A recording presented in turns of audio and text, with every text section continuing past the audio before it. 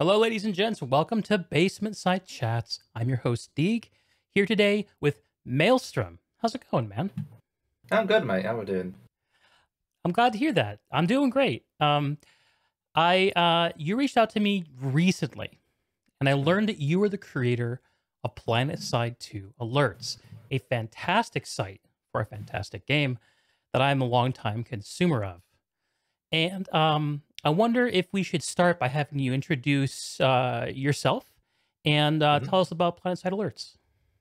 Yeah, sure. So I've been playing Planetside 2 for, oh Christ, since 2014. Nice. Wasn't quite in the Alpha Squad alpha. Just missed launch, but yeah, I've been a long-term player for a long time. Not been playing it for the full 8 years, or however long it's been now, 7 years. But you're canceled. Your opinions don't count. Sorry, man. Yeah, I know. Fake part-timer. I'm with you. I'm with you there too. I didn't hop on the Planetside train till Planetside 2 train till 2015. I was an OG Planetside 1 player. I played in the beta for Planetside 1, as a matter of fact. Oh yeah, I thought you meant just Planetside 2. No, I've been playing Planetside 1 as well. I was on Werner server back in the day. For real? TR, yeah, TR actually. Okay. Which I think I joined that quite late. I think at the latter end of the stages of the game, because I think it was only a couple of servers back then, and that was the only US servers. I don't think they actually had EU servers when I played. Yeah, it all collapsed down to one server at the very end of things. Gemini. That might have been it. Yeah, that might have been. Did you catch the event of the end of Planetside 1? Oh yes. Oh, I regret missing that. That looked like it was amazing.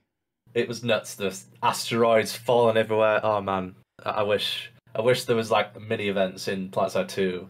Isn't it? Isn't it? Yes, yes, I love it. Isn't it crazy that games like this can die? Yeah, it is. But technology moves on. Planetside 2 eventually, and however long it'll last, will become old news in terms of technology. It's not going to run on the latest machines or whatever. But obviously, we're many years away from that. So, we're talking 10+ years, and Christ, I hope it lasts that long. I mean, games like EVE Online and World of Warcraft are still going, so absolutely, why not? Yes, WoW, and it's, 10th or 11th iteration. Yeah. I've dabbled in a little bit of WoW, but yeah, I don't think I quite have the sweaty nerd culture you see from South Park in order to really qualify for WoW. What's the name of the sword? Slayer of the Lifeless, I think? I forget. No. Something like that. Somewhat rude, no doubt. Yeah, well, I'm well acquainted with World of Warcraft as well, but that's not what we're here to talk about. Speaking of the technology, so you've been playing Planetside 2 for a while. You're an OG Planetside 1 guy like me, so this is clearly in your veins. And how did Planetside Alerts become a thing? What is it? Maybe first off. So Ps4 Alerts is an automated tracker for. So obviously, if people have played the game, they've seen alerts. So that's what happens. A little rotating bell on the top right corner of your screen. You fight for the continent lock, all that good stuff. So my site, the stuff I've built around it, tracks up all those statistics. So every death, every kill, every type of weapon that's been used, vehicle. Recently, I put in vehicle versus vehicle metrics. So I don't know, for example, how many lightnings has the Sunderer killed, or how many scythes has killed infantry, stuff like that. Oh yeah, see, you've gone on the stream there. Yep. Yeah, so obviously that in itself tracks all the victories as well. So you can see quite a varied splattering of different outfits and the way they work on each server. It's quite fascinating to be able to see. For example, during prime times, Miller VS, go Miller VS, quite dominant. But also on other servers like Emerald, for example, they're quite balanced, which is interesting because there's massive outfits like SKL that are basically the entire faction during those times, and usually big suffix like Dig and SKL tend to have a lot more people to their command and can, if directed correctly, can actually really be a powerful force in an alert. So yeah, it's quite interesting to see all the different dynamics on each server and how they work and all that good stuff. Yeah, there's a lot here, man. And, you and I chatted offline briefly. There's so much potential with this kind of thing. When I look at these kinds of numbers, the first thing that I see is Well, I remember being a kid and getting obsessed. There's a time in my life where I was obsessed with baseball. Right. This is like before I figured out the internet, but I was obsessed with baseball, and because I love the stats and the numbers. I literally woke up before school every morning to watch ESPN, and I was the first guy on my little league team who could figure out my friends' batting averages, and I thought that was so badass. So I have a lifelong love of statistics, and it's one of those things that can kind of transform like a fun game into something that feels a little bit more like a sport, I think. I don't know Absolutely. if you have seen, but Shockter, a Planetside 2 streamer, shout out to him. He started this event recently where he puts two infantry gods up against each other with some rules on the live server and says, all right, 3, 2, 1, go. You have whoever gets to 100 kills first wins. And that's just counting a stat.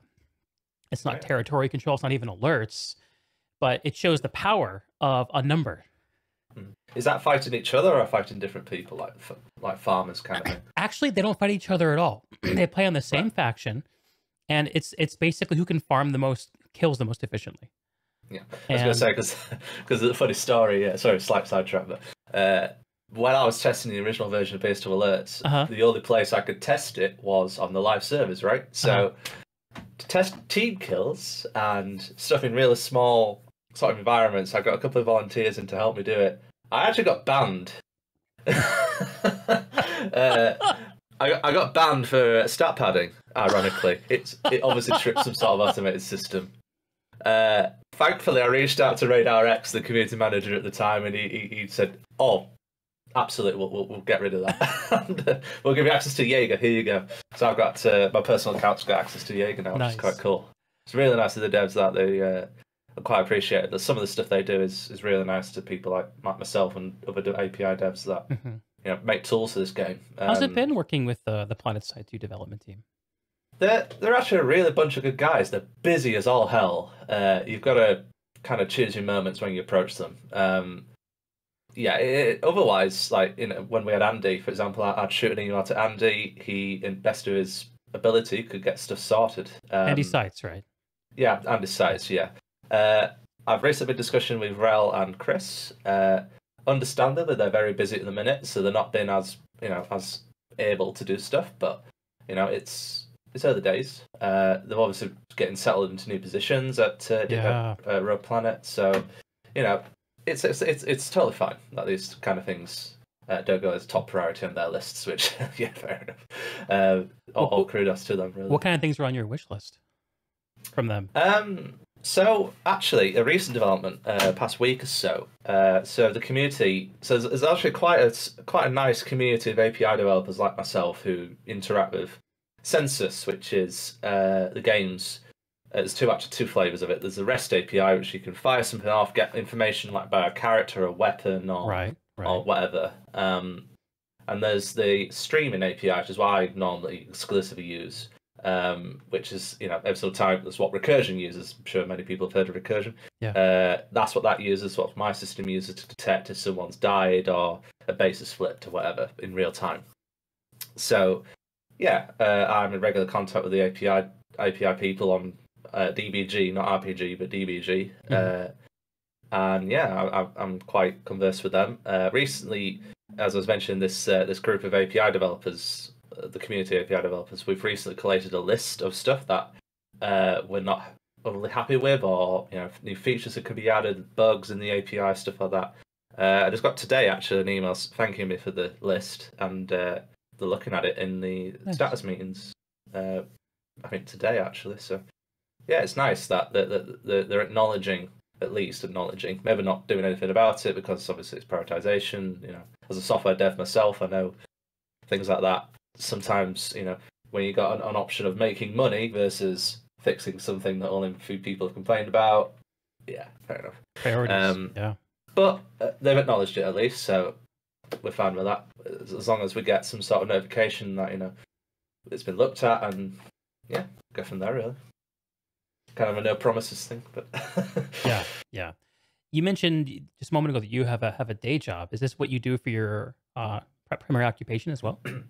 This kind of stuff. So I'll say what name who I work for, but I do work for a broadcasting company in the UK, and my day job is mainly about so cloud servers, cloud infrastructure. It's basically called like DevOps side of engineers, like working with AWS, all that good, nice techie stuff.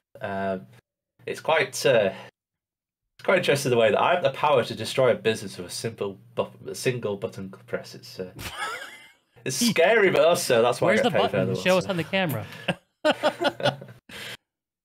It's a big red button called Delete Database Cluster in DynamoDB.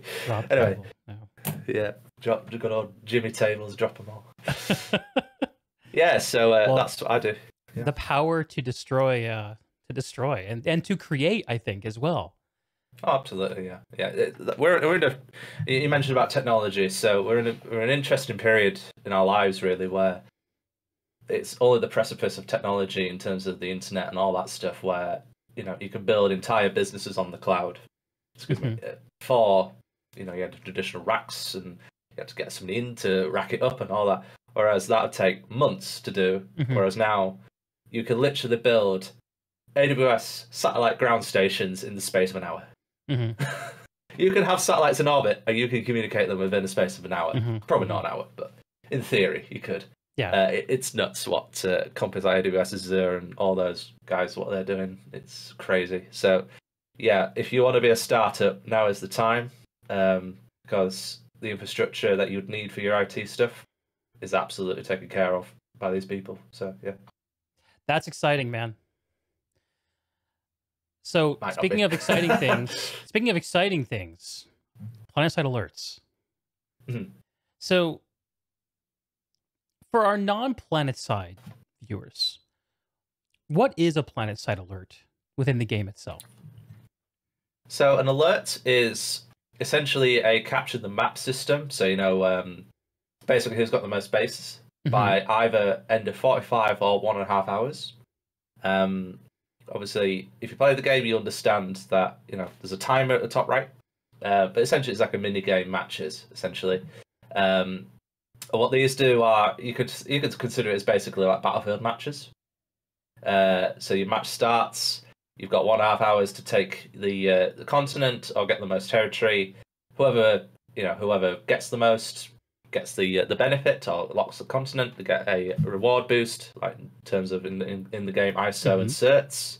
And also right now it goes on the website as a win. Yeah. I think that's really interesting. Yeah, so Planetside 2, a game that's kind of structurally about territorial control. And the alerts instantiate that territory control. It lets there be a winner every certain amount of time, and there are rules about when the alerts start and when they end, etc. But currently within the game, the only kind of thing that persists alert to alert is the individual player and their progress.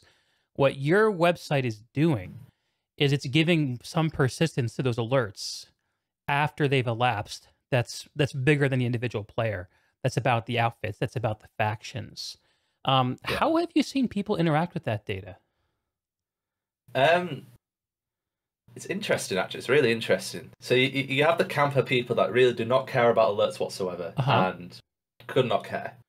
But you get the other camper people that really, really like it and like to know what's going on with their factions and their empire in general and overall the balance of the of everyone else.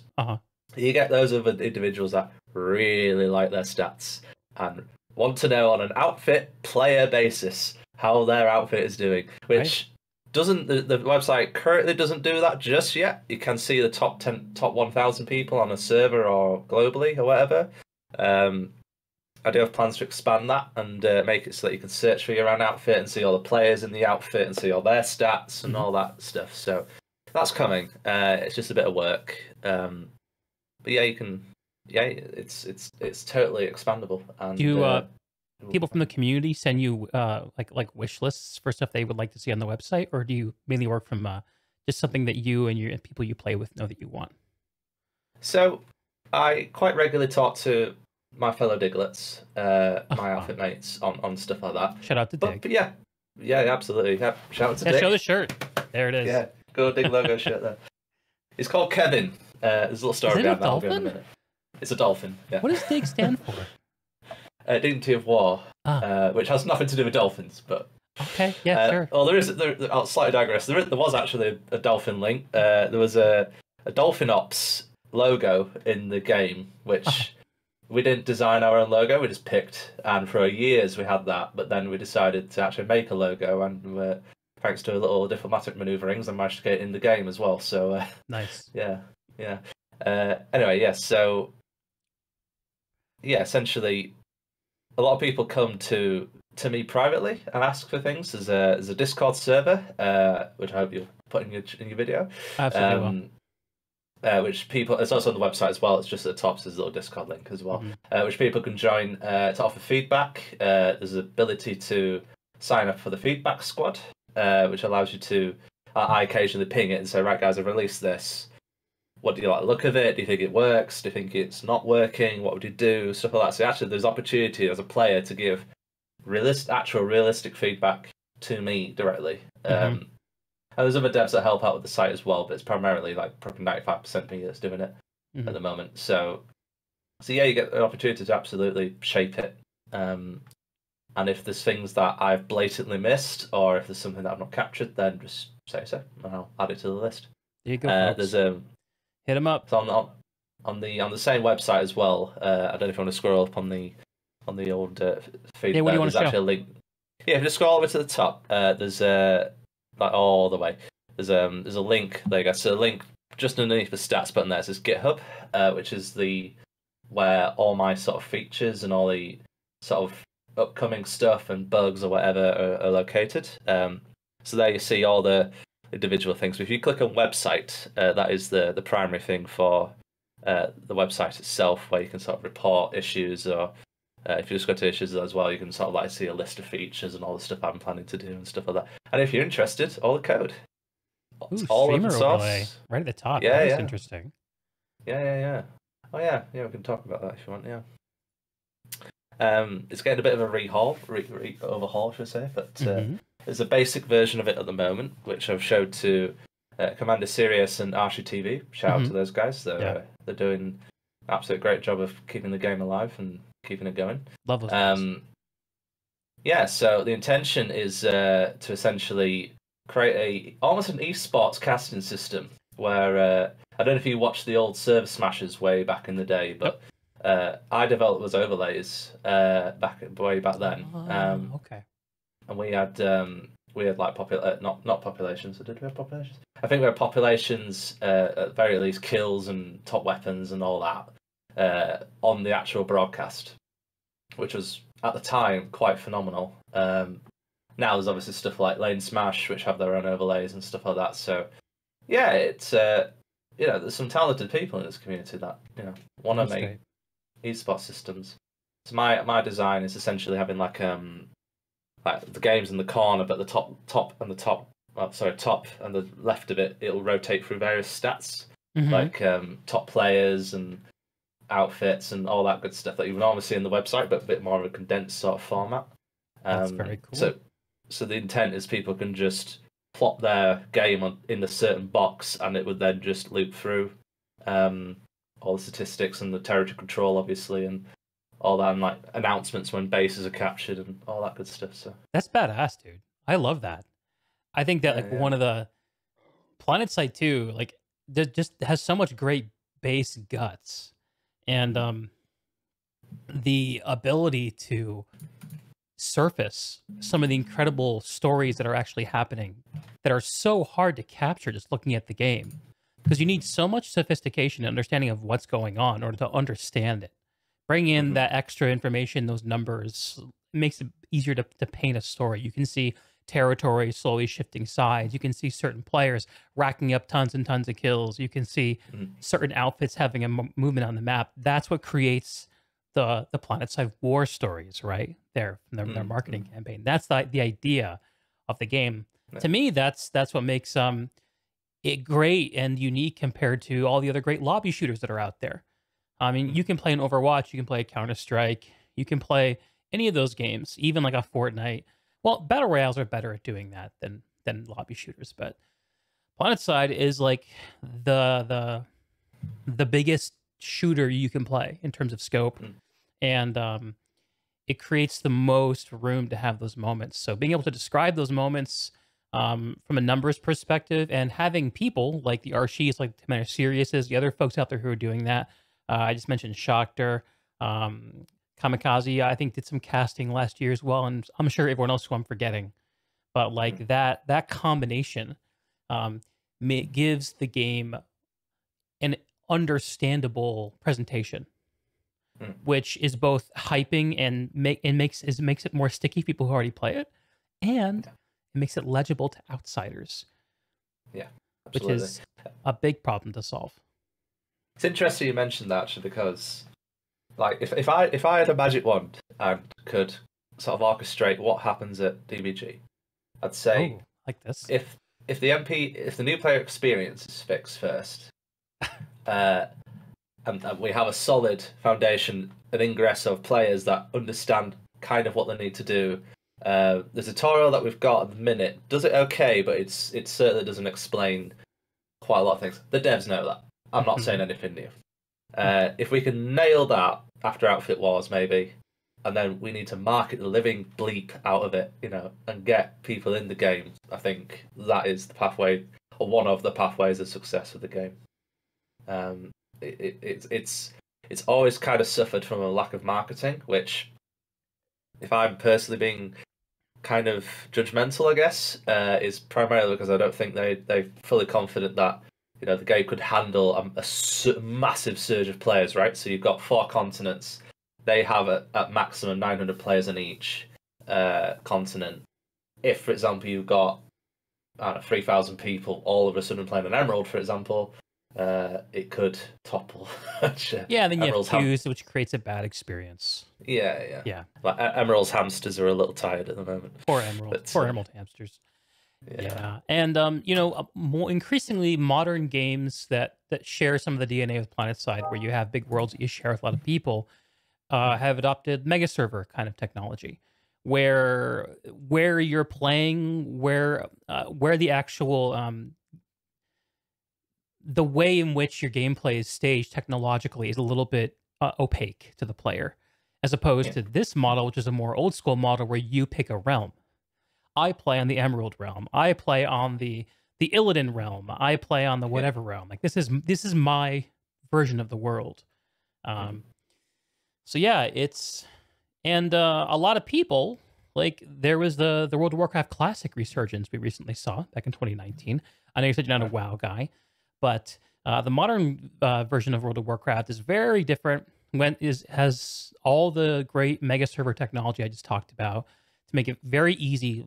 Right now in World of Warcraft, unless you're a top-end player, your realm selection literally doesn't matter. It doesn't change anything about the way you play the game.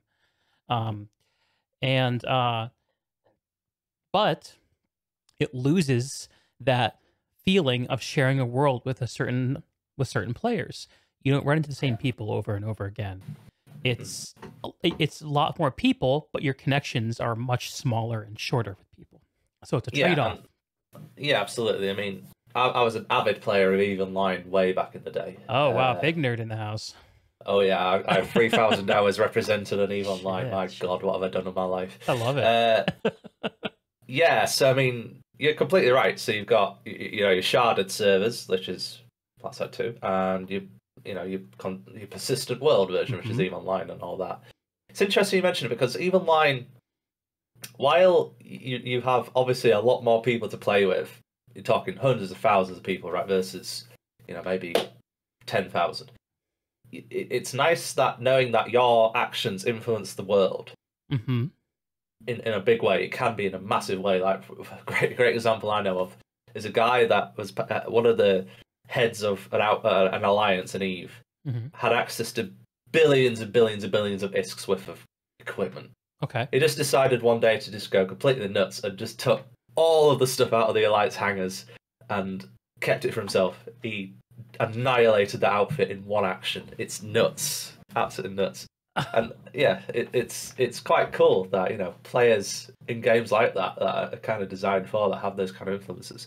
It's a pity that Planetside 2 doesn't have such a thing. But also, you probably wouldn't want it.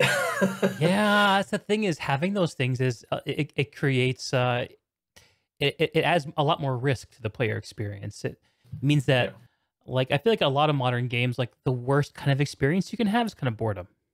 You're never Yeah. really suffering. You're never really in pain. Nothing's really Yeah. going wrong. Either you're having a good time or you're bored. But like with what you just said, I think a lot of the people who were connected to that guy and relying on those resources would have felt miserable and awful and terrible. And so you risk those low lows, but it surfaces the ability to have high highs too. So you have Mm. the wider amplitude, which is it's a decision you make, right? Mm. In terms of Absolutely, what yeah. you want your players to experience, and also like and we can bring this back around to Planetside a little bit, in my opinion, too, because Planetside is one of those games that, by virtue of its design as an open world, fully PvP shooter game, um, you're always all the worst players are always sharing the same world with all the best players, Mm. and you have this situation where it can be fairly brutal to get your Mm. first, 1,000 kills in Planetside, to get over the hump, to be like, okay, I get what this game is doing. I get what it's good for. Yeah. And I have my thoughts on the new player experience, which I think are a little different than most. But I think in a way, Planetside has some of those Eve-like qualities where you can really have some Mm. low fucking lows and some Mm. high highs. I And think the thing that's come closest to that is the alerts. You know, being able the euphoria that you get as a commander of like of a platoon, basically working together with your fellow outfit mates or other outfits, the whole faction even. yeah, When you win an alert at the clutch moments of like 5 seconds right at the end, yeah. it's like, oh my god, we did it! You know. Or on the flip side, you get these moments, as I say, these moments where you just lose that, I don't know, Burgess Overlook or Seabed Listening right at the last second, and there's tons of people on this single 1 minute base because everyone knows that's the only base that can be touched. And those moments for me in Planetside are just godlike. There's nothing else in any FPS shooter I've ever seen. yeah. Battlefield, certainly not Call of Duty. Other games might come slightly close, but nothing compares to having 800 people all scrambling towards a point, all getting nuked and orbital striked and all sorts of shenanigans in a single match. It's nuts, and that's what keeps bringing me back to it. Is those moments where you just go, "Oh my god, what is going on?" But that's the thing. Sometimes on the flip side, it scares people. Like some people just want to play Call of Duty kind of games where it's like, right, I've got a match and I've got to shoot people. I've got to get the most, whatever. It doesn't appeal to me. Like I'm more of the strategic sort of level. Yeah, I see Planetside 2 is a bit more of a first-person shooter, command and conquer, almost.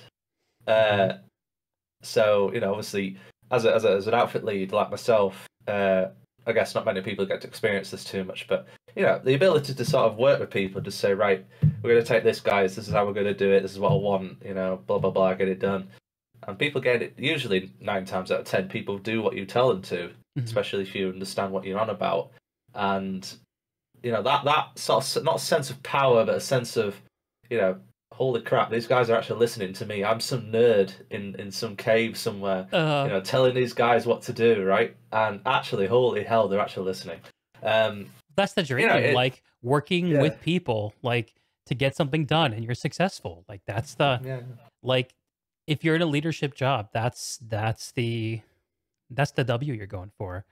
Absolutely, and that persists beyond the end of the alert, and you bring it into the next one. Absolutely, and this is partially why I built the site, is persistence. The game had no persistence, and I thought it was a massive hole that the game did not have the ability to show how well people are doing in these alerts. And obviously, they must have spent tons of time making the alert system. I remember back in the day when they didn't have them, way back in the day, and the game eventually just got kind of stale. It's just like you're just forever fighting over Indar at the time. Yeah, the crown. Yeah, the crown, and it's just like, what am I doing? So I was really glad that they brought him in. God knows when it was, 2015, I think they brought him in. And they actually brought in multi-continental alerts. So one of them is like, for example, capture all biolabs. So this at the time there was Amarish, Ezemir, and Indar, no Hossin. And with those three, yeah, you had to capture all the facility types, which is really cool. And I think we had I think there was like multi-continental alerts, and you got to win like each one. It was kind of crazy stuff. And I wish they bring it back, but I don't think they've got. I don't know why they're not done it yet, but it's kind of a shame, really. But yeah, I might see them back. They may overhaul the alert better, which if they do, great, because it means I've got stuff to do. But yeah, I'd like to see something like that. Definitely. So I'm curious. You said that one of the problems you really wanted to solve with the site was persistence. I wonder when you first started going down the path of looking at the data, figuring out how to show it, if anything about the data, like what has surprised you? What's come out of the data that surprised you, I guess? How many people are not in an outfit? Really? It's shocking how many people are not in outfits. So if you can probably view it actually. If you go on the outfit page, I demonstrate no outfit people as like # no outfit. You can see there # none. Only SQL, the big Xerfix basically. SQL, TCW2, the wildcards, and Dig, and the boys from Cobalt. Only they're anywhere close to being on top because of the membership, right? And I understand that. A lot of people have said this to me that, it's very Zerg heavy, the statistics in a minute. I totally understand that. I'm going to address that. I'm going to start logging how many people are in these outfits and how many have tracked. You can sort of do like KD per outfit member or whatever. Sure. To sort of see like the top sort of, more skilled players, more skilled outfits.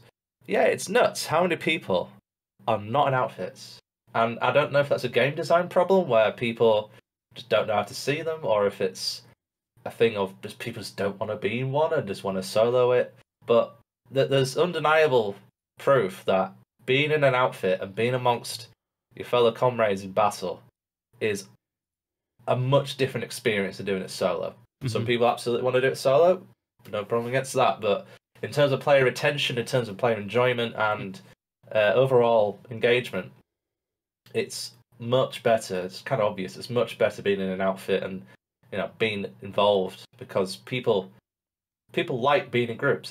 We're social animals. Like humans are social animals. They like being in groups. Yeah. Unless you're some cave troll under the bridge that doesn't care about anyone. But yeah. Generally speaking, that is the way to go. And that's the thing. If people weren't in outfits, they'll just stop playing the game, simply being because they've got nothing to fight for. Yeah, this is a shame. There's a very well-known principle of stickiness when it comes to marketing, especially video games, which is if you get people involved in a gaming community, that game becomes much more sticky with that player, and they're a lot more likely to engage with it, and especially engage with the things that require them to open their wallets, which is the business part of the equation. I think one of the more interesting ways to look at that problem you're talking about with the outfitless players, and I'm sure that these stats don't exist, but I like to think, I kind of like to see the problem as a general problem, not just necessarily a Planetside problem. Because my observation, gaming online over the last 20 years, is that in general, gaming has moved towards a place where multiplayer experiences there's a much higher emphasis on solo friendliness, just in general. And a much higher emphasis on giving people access to the game and letting them figure out what their level of payment is going to be for each individual person. You can play Planetside totally for free. You can buy cosmetics or not. You can subscribe. What's the monthly subscription called? Just a subscription, I guess? Membership. Membership, that's the word. You can be a member or not. Whereas like Planetside 1 followed the old like WoW model of everyone who plays Planetside 1 is a subscriber, $15 a month, period. You got other SOE games too, I think, were bundled in. But that also was a game that also was very hostile towards solo play, just in terms of the way it was designed. It was very hard to get anything done by yourself because respawning was so punishing, and getting around the world was a much bigger deal. And there was a much higher premium on transportation because redeploy was not a thing. And because the entire world, which was not 4 continents, it was like 12 or something like that, plus a cave system, was always open all the time. So there could be fights anywhere in the world. Yeah. So why, the question that yields up to my mind is, why have we moved away from an experience that's built more towards social animals, towards that's more open? Like, what's the virtue of that kind of approach? And I'm not necessarily posing that to you. I'm just putting that out. But do you have any thoughts about that process and how things have changed? I think a lot of it is due to sort of realizing that there's more casual players now. People are very used to having a sort of drop-in, drop-out experience with like Apex and Fortnite and all that. So I understand, like, for example, like obviously the devs recently have brought in the mission system. So the mission system provides a lot actually for solo players and the objectives, to give them objectives to do stuff. And you new don't players. tend to, yeah, absolutely, and new players give them direction and stuff like that. But you don't tend to see stuff that you tend to do in groups. They actually did introduce a mission, I believe, if I get this right, where you had to go from the warp gate as like a Sundera column, and that didn't really work right well because it sent you to bases that had no fights on them and stuff. But it's a neat idea, though. Sundera columns are fine. Great for trying. Absolutely fine. I think if that mover like marker moved dynamically towards the front, then yeah, great. But you know, that's absolute kudos to whoever designed that and whoever put it in there. You know, great stab at it. Absolutely, keep it coming. Like with players like us, we will happily tell you if something's wrong. Vast majority of us, like me, would tell you constructively something's wrong. But a lot of people will say this is shit, you know, whatever, and you know, not be as constructive, which I think, unfortunately, happens in every community. It's I think it's just a problem about, well, it's not a problem. It's more about the passion of the gamers, the passion of the fan base. Where I think sometimes, unfortunately, some people don't keep their politeness in check or constructiveness in check, I guess, and just mind dump things which aren't probably overly constructive. Yeah. No, on the other hand, though, sometimes people, I think, conflate rudeness with honesty. You know. Yeah. And sometimes kindness with dishonesty. It's a complicated absolutely. landscape, and when you're communicating, especially with a lot of people, especially if you're out in public like we are, like what we're doing right now. One of the things that you just said that really resonated a bell for me was about how gaming's become more casual. And to me, I associate that with gaming just a lot bigger. It's like I don't know what the numbers are, but gaming's like more than 10 times bigger than it was when Planetside 1 was relevant. I think a lot of that is down to, as I said, like Fortnite and advertising more to a younger audience, getting them more engaged in games and stuff like that. Whereas I guess, I don't know how old you are, but I'm 28, approaching 29 now, and I remember back in the day when I played games, I was playing very niche games. One of them is like a Roman building game, but there was no real like online, apart from Unreal Tournament, maybe there's an exception, but there was no real online multiplayer games to play. There was a few, but nothing to this scale. Nowhere near to the Planetside 2 scale. Interesting. There was Battlefield 2142, which probably could get there. I think it was about 50-50 players for that one, I think, if I remember right. But might be 25.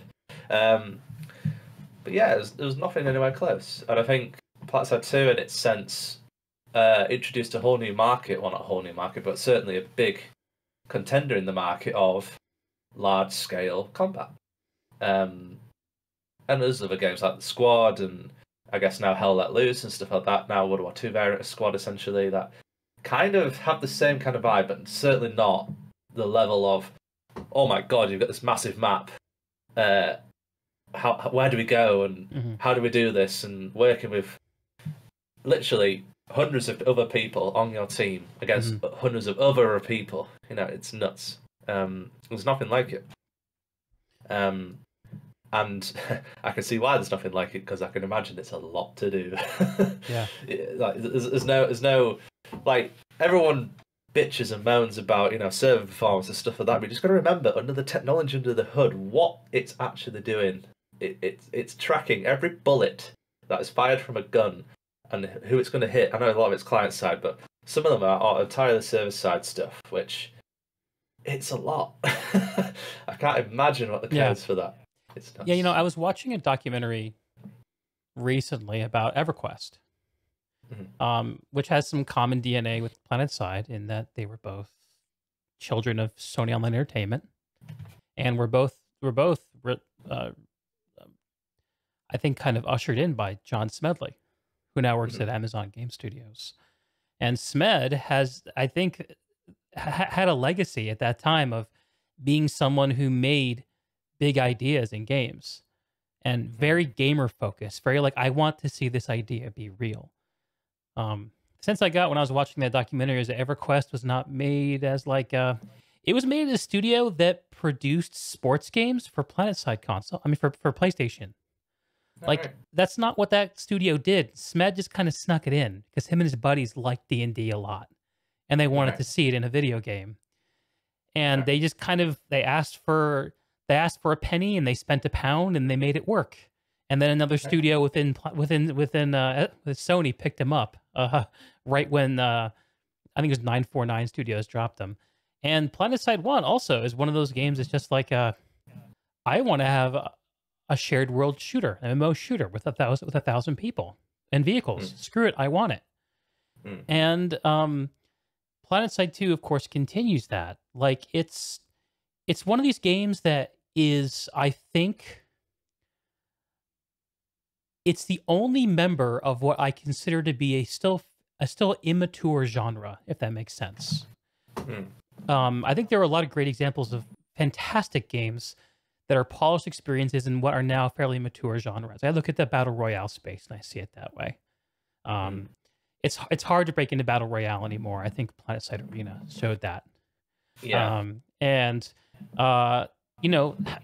at how much trouble people have had duplicating World of Warcraft success. MMO, fantasy, tab target MMO is also a very mature genre. And this genre of massive PvP shooters like this is it's ahead of its time, I think. I think it's still ahead of its time in many ways. And unfortunately, some of that gets reflected with the technology because it actually is trying to do something, as you said, something very hard. And I think that one of the cool things about being in an immature genre, what attracts me to it, is the fact that it kind of puts some of the responsibility for making the experience back on the community. It puts it on the Maelstroms of the world, who are helping run a big outfit and make tools for players to tell stories about their games. I played with outfits in the last couple of years who, after an alert, will go and look at the stats as an outfit to see who got the most revives as medic, who had the most headshots, and they'll celebrate each other. Like that's a big part of the fun. Did they outfrag this other outfit that they fucking hate? Those kinds of things are very important when you're still all making the game. And I think having people who want a more passive experience, they want a lobby shooter like a Call of Duty. Those are great things to engage. Like, I think players kind of sort themselves out into what kind of experience they want. I actually just played the new retail expansion for World of Warcraft with a buddy of mine. And I like him. He's like a good friend of mine, but he's kind of a more passive player. Like, he'll play the expansion up to the point where it's like, okay, now I gotta like really concentrate hard. I gotta like play with a group. I have to show up on certain nights of week. I gotta really plan out my character. And then at that point, he's like, all right, I'm good. Whereas for me, that's like when it gets interesting. Like, I want that experience. I want to lean way the fuck in, And I can tell that, I'm assuming that you're one of those guys too. Well, ironically, even though I've made a website all about statistics and how well I'm doing as a player, actually, as a player myself, I'm not massively into it in terms of, like, I don't know, my KD, for example. Like, I've got a reasonably decent KD. It's a respectable 1.8, but I know some people, like, get depressed if they're below 2. Stuff like that. So, Yeah, it's ironic. Man, that KD is a tyrant. KD is a tyrant. Yeah, absolutely. It's one of those things that you're completely right. You craft your own experience. PS2 has a lot of sandbox elements to it. It's purposely made so that there is no overall objective to it other than what you make it, which I think's one of its qualities rather than. But that's the thing. It takes a certain player to understand. Oh, there's no win condition. How do I win this? Yeah, that's the thing. That Planetside 2, you cannot win. And it's quite cleverly crafted in the law of why that is. If I remember correctly, I'm sure somebody will DM me on Discord or somewhere saying, no, that's wrong. I believe it's something to do with, like, essentially the warp gates rotate constantly and unlock. There's something to do with that, I think, if I remember I'm right. sure there's a good lore justification. We're seeing more lore come into the game to better explain that stuff. So yeah, absolutely. I mean, the campaign system is quite an interesting thing. So, like, I'll be fully honest. Campaign season 1, chapter 1, sorry, it's great. It was a great introduction, great different pace of the game. I think it was really mostly well executed. Space carrots, but they had a stab at it, and I think it's a success. I think some may what about disagree it with was this, successful for you? What did you like about it? For me, it's more adding a story, Okay. adding something to the game that's just more than just you got a man shoot kind of thing. Okay. Like alerts are good as well, but they don't drive anything forward other than, well, I guess now you've got the overall metagame that I've created, but also it doesn't really have much of an effect on the way you play the game, right? So, you'll get better at shooting people, blah blah blah, but eventually, you kind of it kind of becomes a bit samey. Yeah, which is why originally. And when it becomes samey, you go to things like simplifying your experience down to a KD ratio. Yeah, which is a trap that I've fallen into too. Or as you get more sophisticated, maybe you're looking at things like kills per minute or your IVI score. There are all kinds of metrics that you can. And I'm going to use the word tyrannize because I felt like I've tyrannized myself with them in the past. And like for me, my experience of playing Planetside in recent history was I got very excited when Outfit Wars was first announced. I thought it was very cool to hear about that. And that encouraged me to jump back into the game, and I did so. And I played with an outfit alongside an outfit who was doing it. And then I got to a point where I was like, you know what? I am never going to live up to the standard of skill in this game that for me would feel like making the experience worthwhile. Because the hill I have to climb to match up with the other people who are really good is very steep. You can climb it, and I could too, but like for me, that's just not what actually floats my boat. And that's actually when I chose to peel off and focus more on what I'm doing here with you today, doing the interviews, doing the chats. And for me, like, I still will play Planetside, and I still have fun, but it's easier for me to enjoy it because I know my job is to have a good experience and ingest it so that I can have these kinds of conversations and explore the meaning of it all, man. Absolutely. I mean, you'll have 99% of the player base not do what we're doing right now. That 1% are the people that you need to keep kind of happy in a sense that, if you email devs and request support on something that,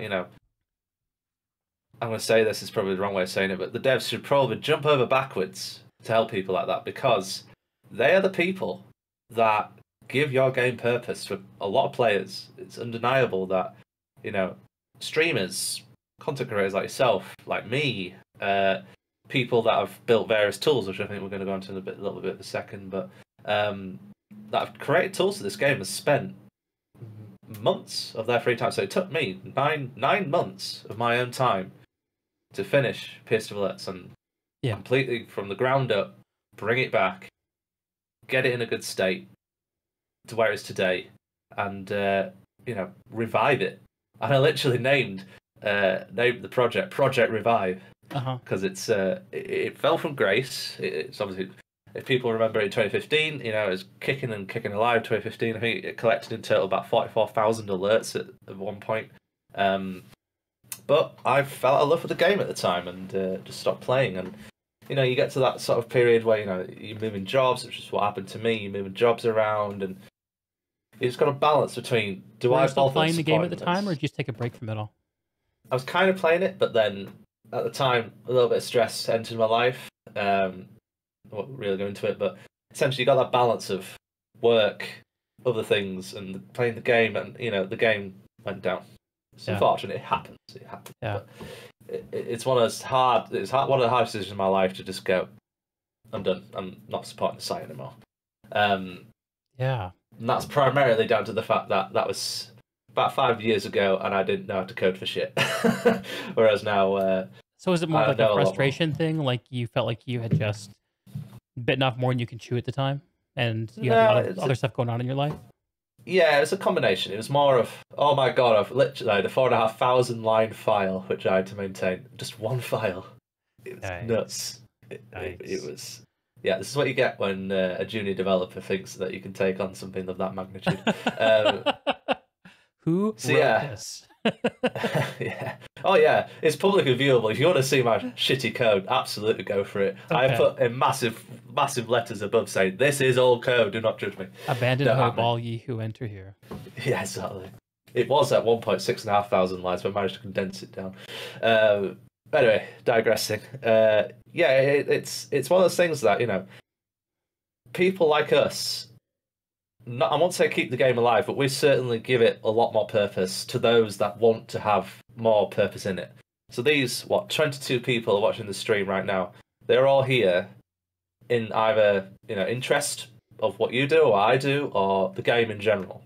You know, those people need to be cherished and nurtured, because those are the people that will spread information about the game, will give it to, say, their friends. You know, butterfly effect, right? You say one person, they tell another, yada, yada, yada. Sometimes mass marketing works, but you know, you get those individual people that are really passionate about the game and will sing its praises until the cows come home. You know, are the people that you absolutely need to look after. But if I was a community manager, I'm not saying that I would ever want to be, but it's an open position right now, isn't it? I understand that is, yes. No, it wouldn't work because I live in the UK, and obviously I don't think getting You're a coder. Would you even want to be a community manager? Yes and no. You love the game too much, man. How could you pass it up? Is that what you're thinking? If I got offered it, I would seriously consider it. But no, I think realistically speaking, I think time zones would be a bit of a problem. And me moving to America during the pandemic is probably not the best. Oh, it's a great place. Come on over, man. Actually, I always wanted to go to America. Maybe not live there, but I know certain people there, and I'd love to meet them in person. But, America's a great place to visit. There's a lot of country here, a lot of things to see. Get in a car, just go see it.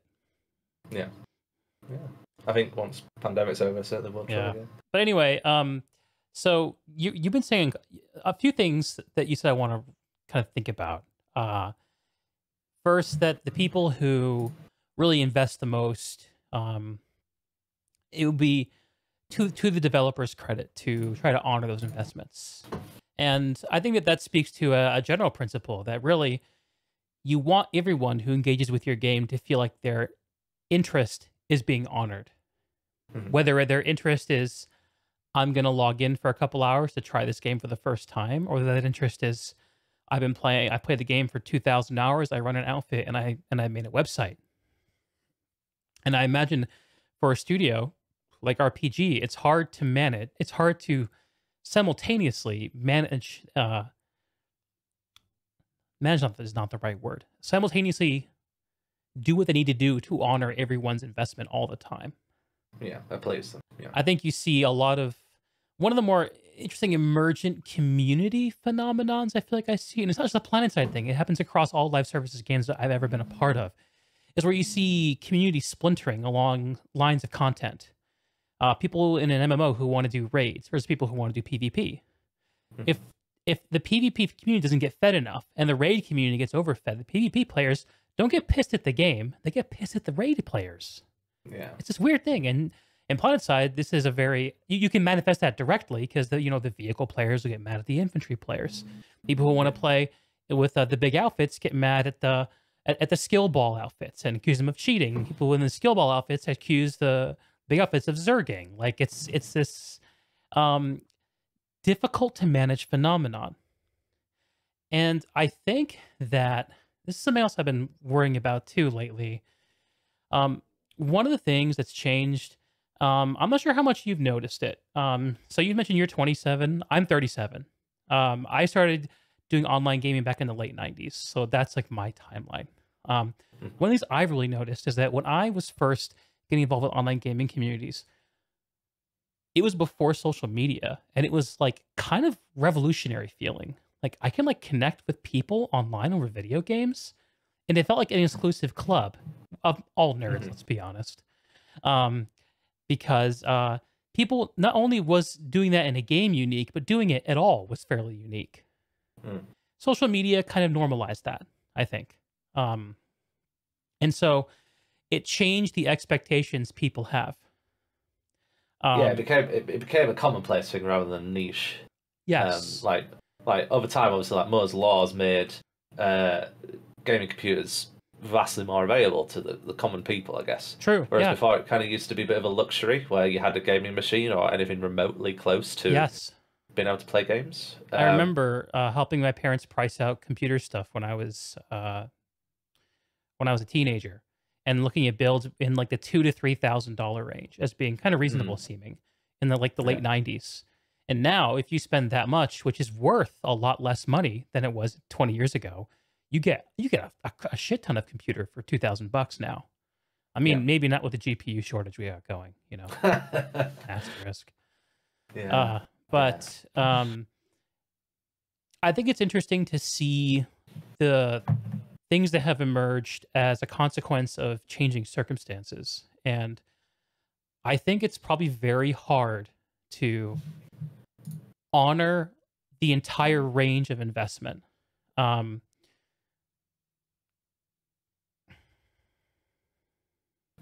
I do hear what you're saying, that the people who, what's the saying?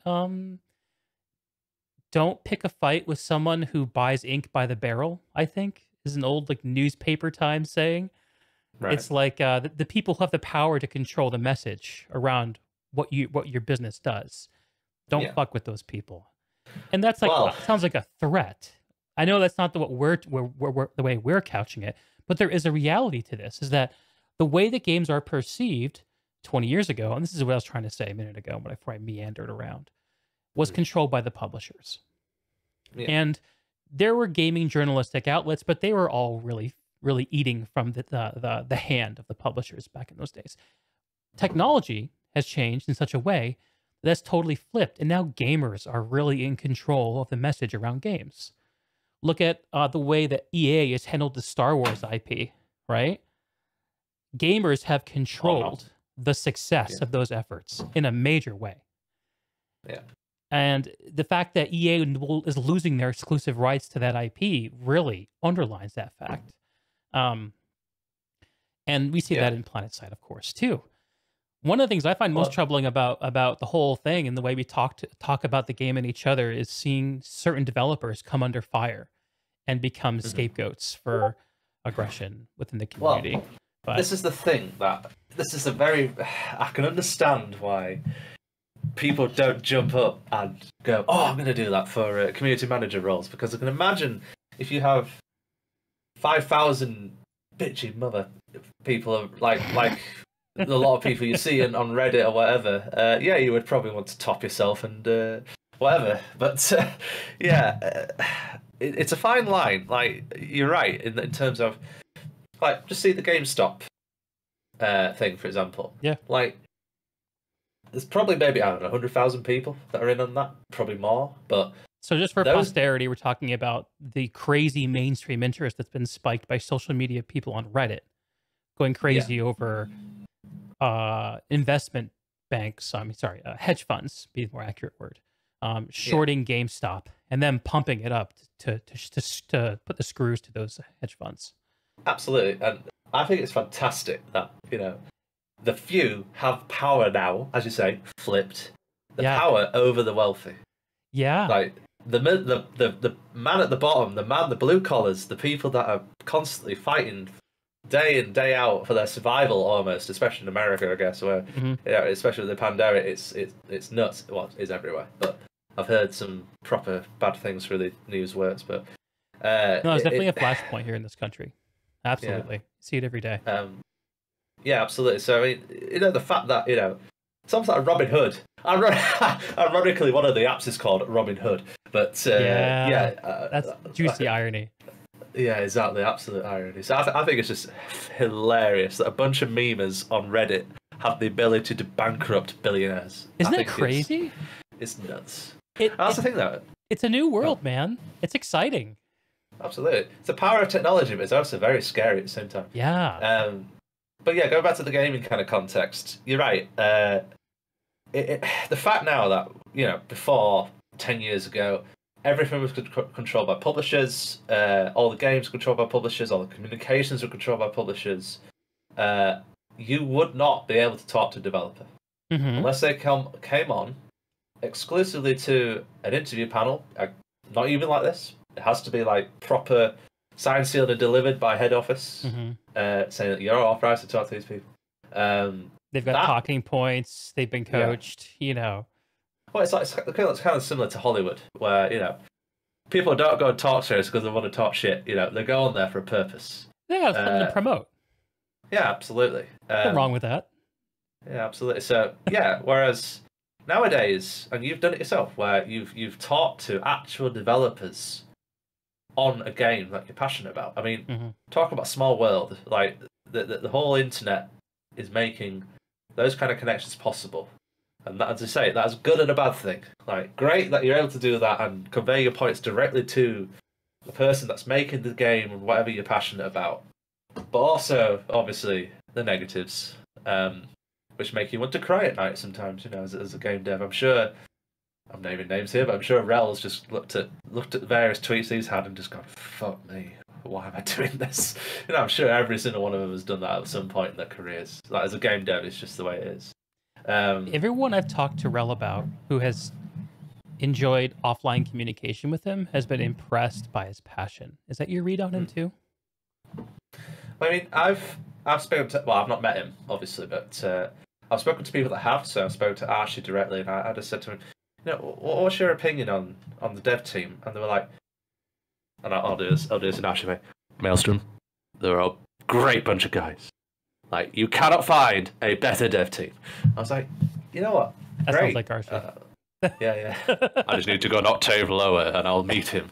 Ladies and gentlemen. Yeah. Love it. I've got a voice mod thing that I figured out recently, and I know how he's doing it now. So Archie, I'm onto you. Nice.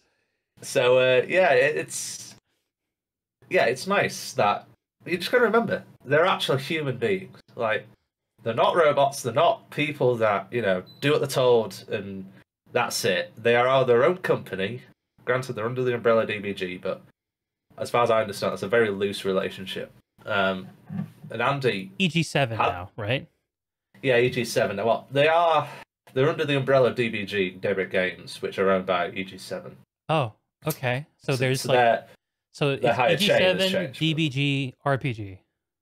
Kind of. I don't know if DBG is a sister company, but I know they're very related. Okay. I don't know if RPG is under it. Whatever. I don't know the social structure there. But as far as I understand it, they had quite an open structure. So RPG, when it got created, had the ability to shape their game however they damn well wish. At the time when that happened about 2 years ago, they didn't have quite the team to do it, but now they do. For my last reckoning, they have about 30 devs now. Might be 25. I've heard some figure like that. They've expanded. Like, don't get me wrong, they've gone from the 4 devs in a room that were basically keeping the game alive on life support to an actual full team. And I don't know if that's partially down to escalation. It probably is. It's most likely down to escalation success, but also I think that the people at the top realise that, this isn't going away. If we let it go away, nothing will come back like it, or something will, and it'll be the dust. The IP will be in the dust forever. Mm-hmm. So they've reinvested it, and thank God they have. They have reinvested a hell of a lot into it. Obviously, I'm not privy to the numbers, but you know that if they can hire 25 people in the space of what's this, probably half a year, maybe a year. Like, I don't know what the average game developer salary is, but let's assume it's something like $40,000. Like, quick maths, like $40,000 times 25 is 1,000. So that's $1 million. It's almost $1 million if I got my math right there. Say $1,000. It's a lot. Well, no, it's 1,000 times. I take your point. My impression is that most of the staff on RPG, and I'm sure I can be corrected on this, were people who were internal moves from other Daybreak studios, especially people who were working on Planetside Arena, I think.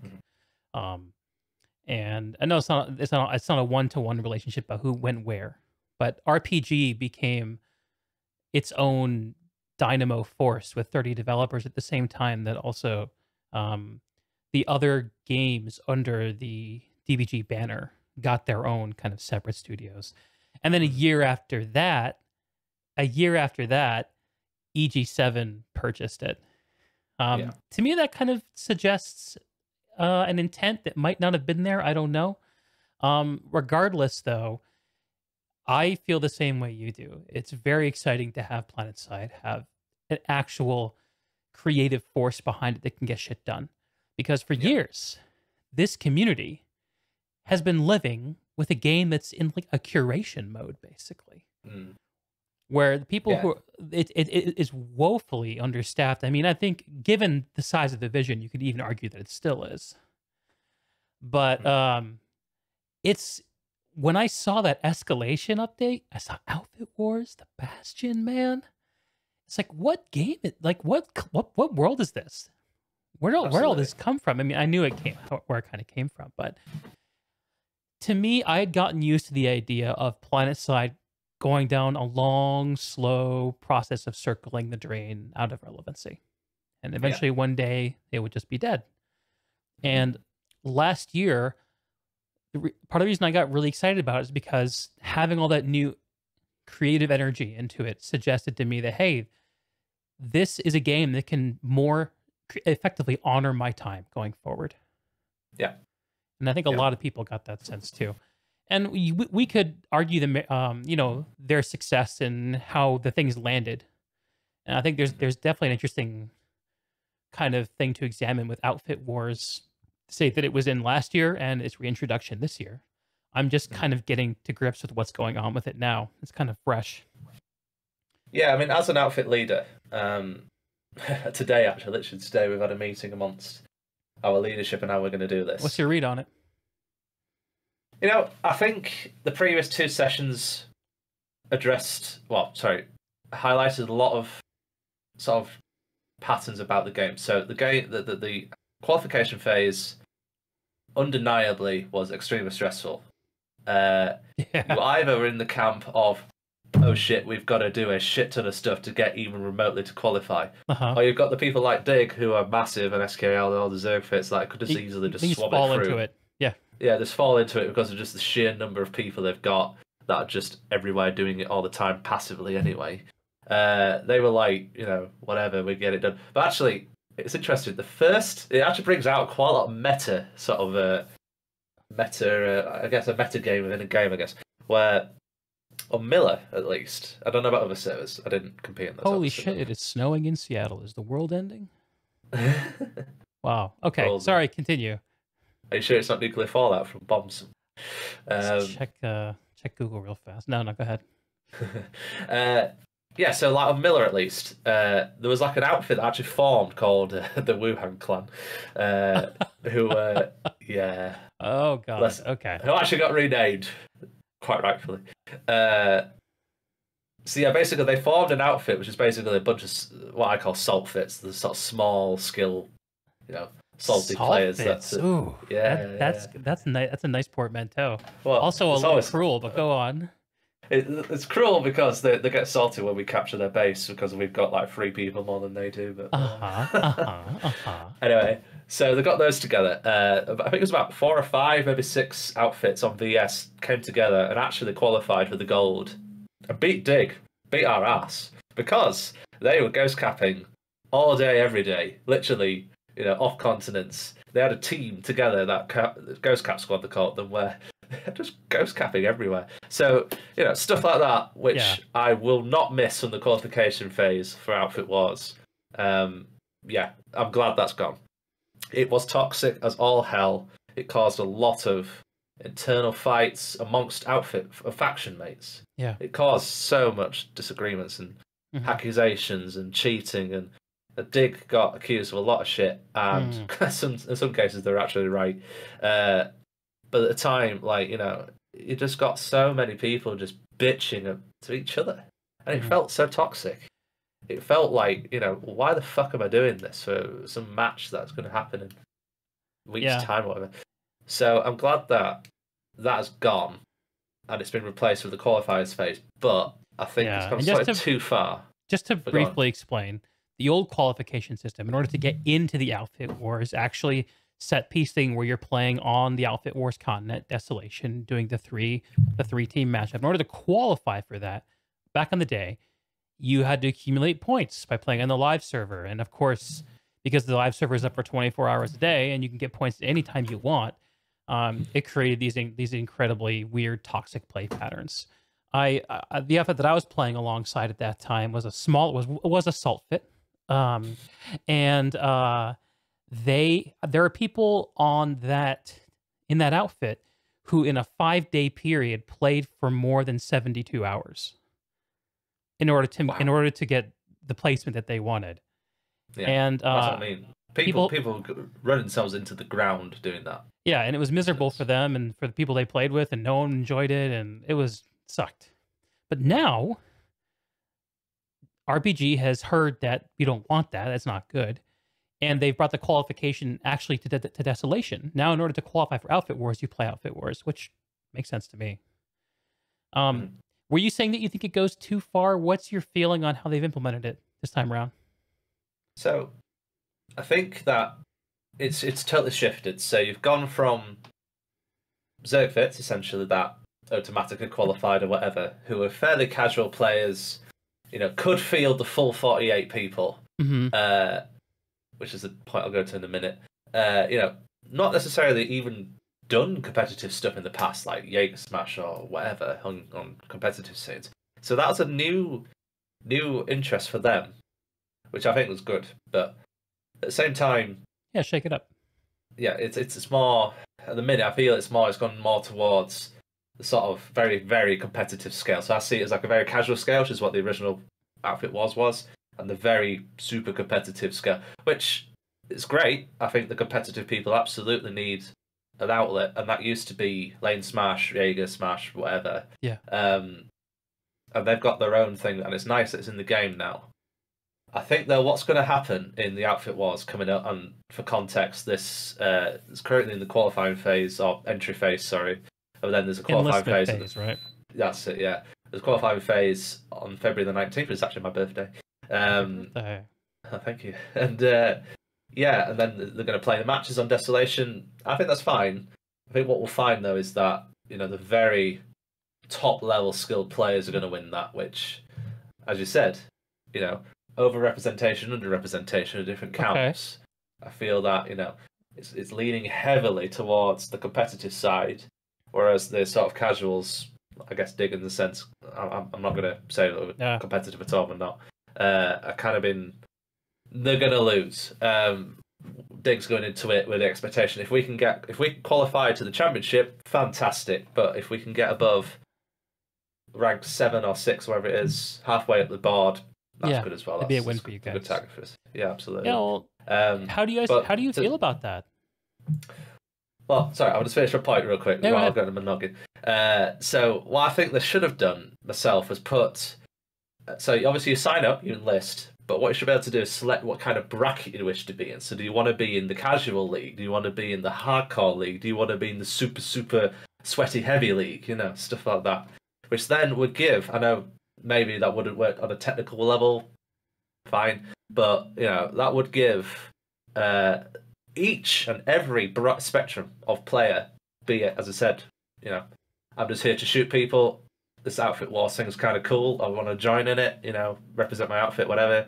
To the super sweaty, like, oh yeah, I got 10 KD in outfit wars and I'm an utter failure kind of level of player. So yeah. I think it was suggestions that they'd do that, but they never did it, and it's a bit of a shame. But hopefully they might be able to do that next time. If there's enough interest for outfit wars, then there might be possible.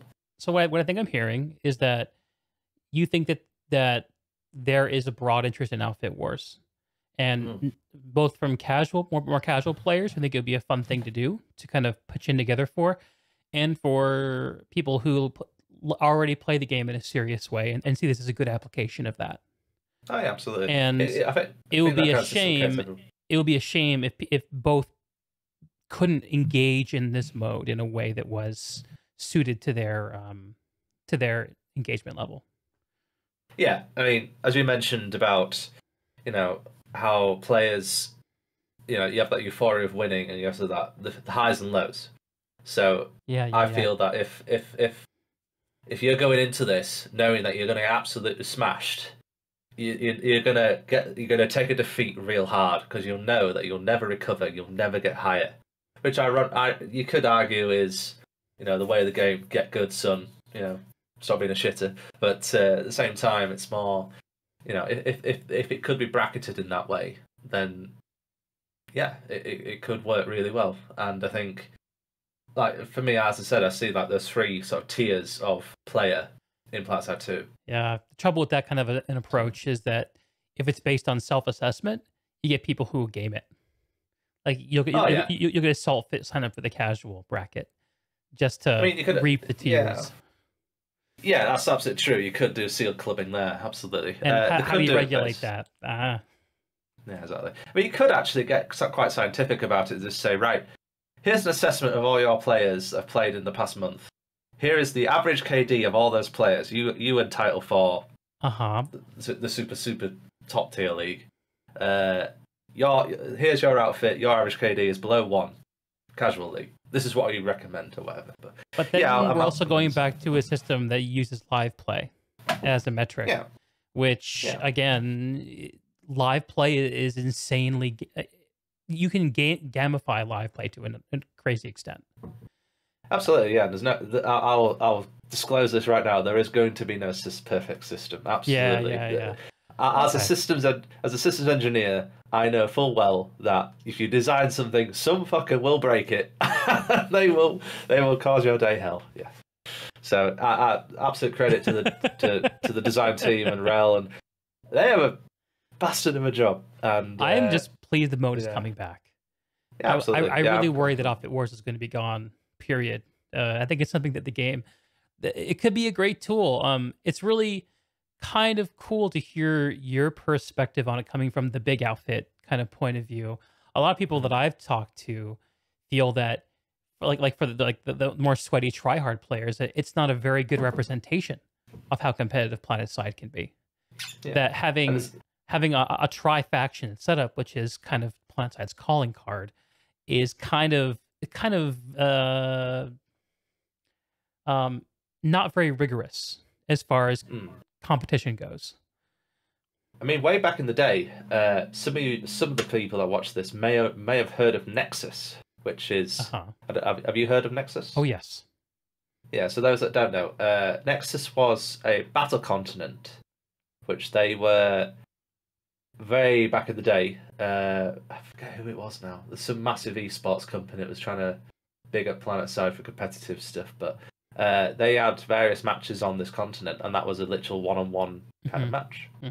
MLG, thank you, Ramon. Yeah, that's MLG. MLG, yeah. The meme. Yeah, it's an outfit. It's actually a logo in the game. But, yeah. So they tried the best of it, and I think that could have worked quite well. I think ideally, what we could see, if the devs really wanted to cater to that community. So obviously, right now we have a system of in Planetside battles. Shout out to those guys; they do tremendous work. You're able to set up these things and have scrims and 1v1s, and if you got beef with a certain outfit, that outfit can fight it out and whatever. But it's not officiated in the game. They have a server, they have a competitive server that they do that on, but there's two problems with that. One, it's in the US East. So us people in the UK or in Europe get absolutely shafted by the ping. Disadvantage, yeah. Or you could say advantage based on your perception. That's a fair point. Yeah. So yeah, there's that problem, but also it would be fantastic to be able to spin up, and I know they can do this because they do it for Desolation, that they can spin up a continent, a battle continent, whatever, and have two outfits go, right, we want to deal you. You come here at this time, this is when the instance would start, and they can do whatever. Like a challenge can duke it system. out. Yeah, kind of. And you could have like statistics in outfits where you look on the browser saying that's the thing about player run events I don't like right now on Jaeger, which is the server. It's like the playground server for people who want to do organized events, right? It's where smashes and Planetside battles and a bunch of other things happen. But the thing I don't like about it is it doesn't link back in any way to your persistent character or outfit in the main game. I think that's the strength of something like Outfit Wars, is to take your success in Outfit Wars and bring it back into the main game with like a cosmetic or a title or something. To be like, hey man, I'm like the big dick in the room. I won this thing. Or I played in it. I was a participant. Or I've played in 5 in a row. I'm like a loyal outfit warrior. You know, there's all kinds of things that you can do to add value to the main game. I think one of the more interesting. I'm tempted to sidebar again, but no, we should finish exploring this idea first. And I think that also, like, your website kind of shows that off too.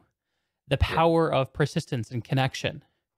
And that's the thing about having those things run on Jaeger that's always made me bounce off of it. Like, I've done scrims there, I've done stuff there. Like I've done. Back in the day, I played in the Guinness Record-smash, which I know is now outdated in terms of record setting. I helped organize that. You helped organize that crazy thing? Oh my god, man! I was one of the PSP admins at the time. All my days, I could tell you stories about that. Oh, god, if you think right that trying to organize a Jaeger Smash, I keep saying Jaeger Smash, there's no such thing, like a community smash or whatever. With 200 players. Imagine doing that with 1,500 players. I cannot imagine. Holy shit. It was nuts. I cannot imagine. I remember, oh god, what was his name? Redolent? Is it Redolent? Yeah, Redolent and some other guy, I can't remember his name of. They were the PSP admins at the time, and yeah, I did not hear an Canadian swear so much in my entire life.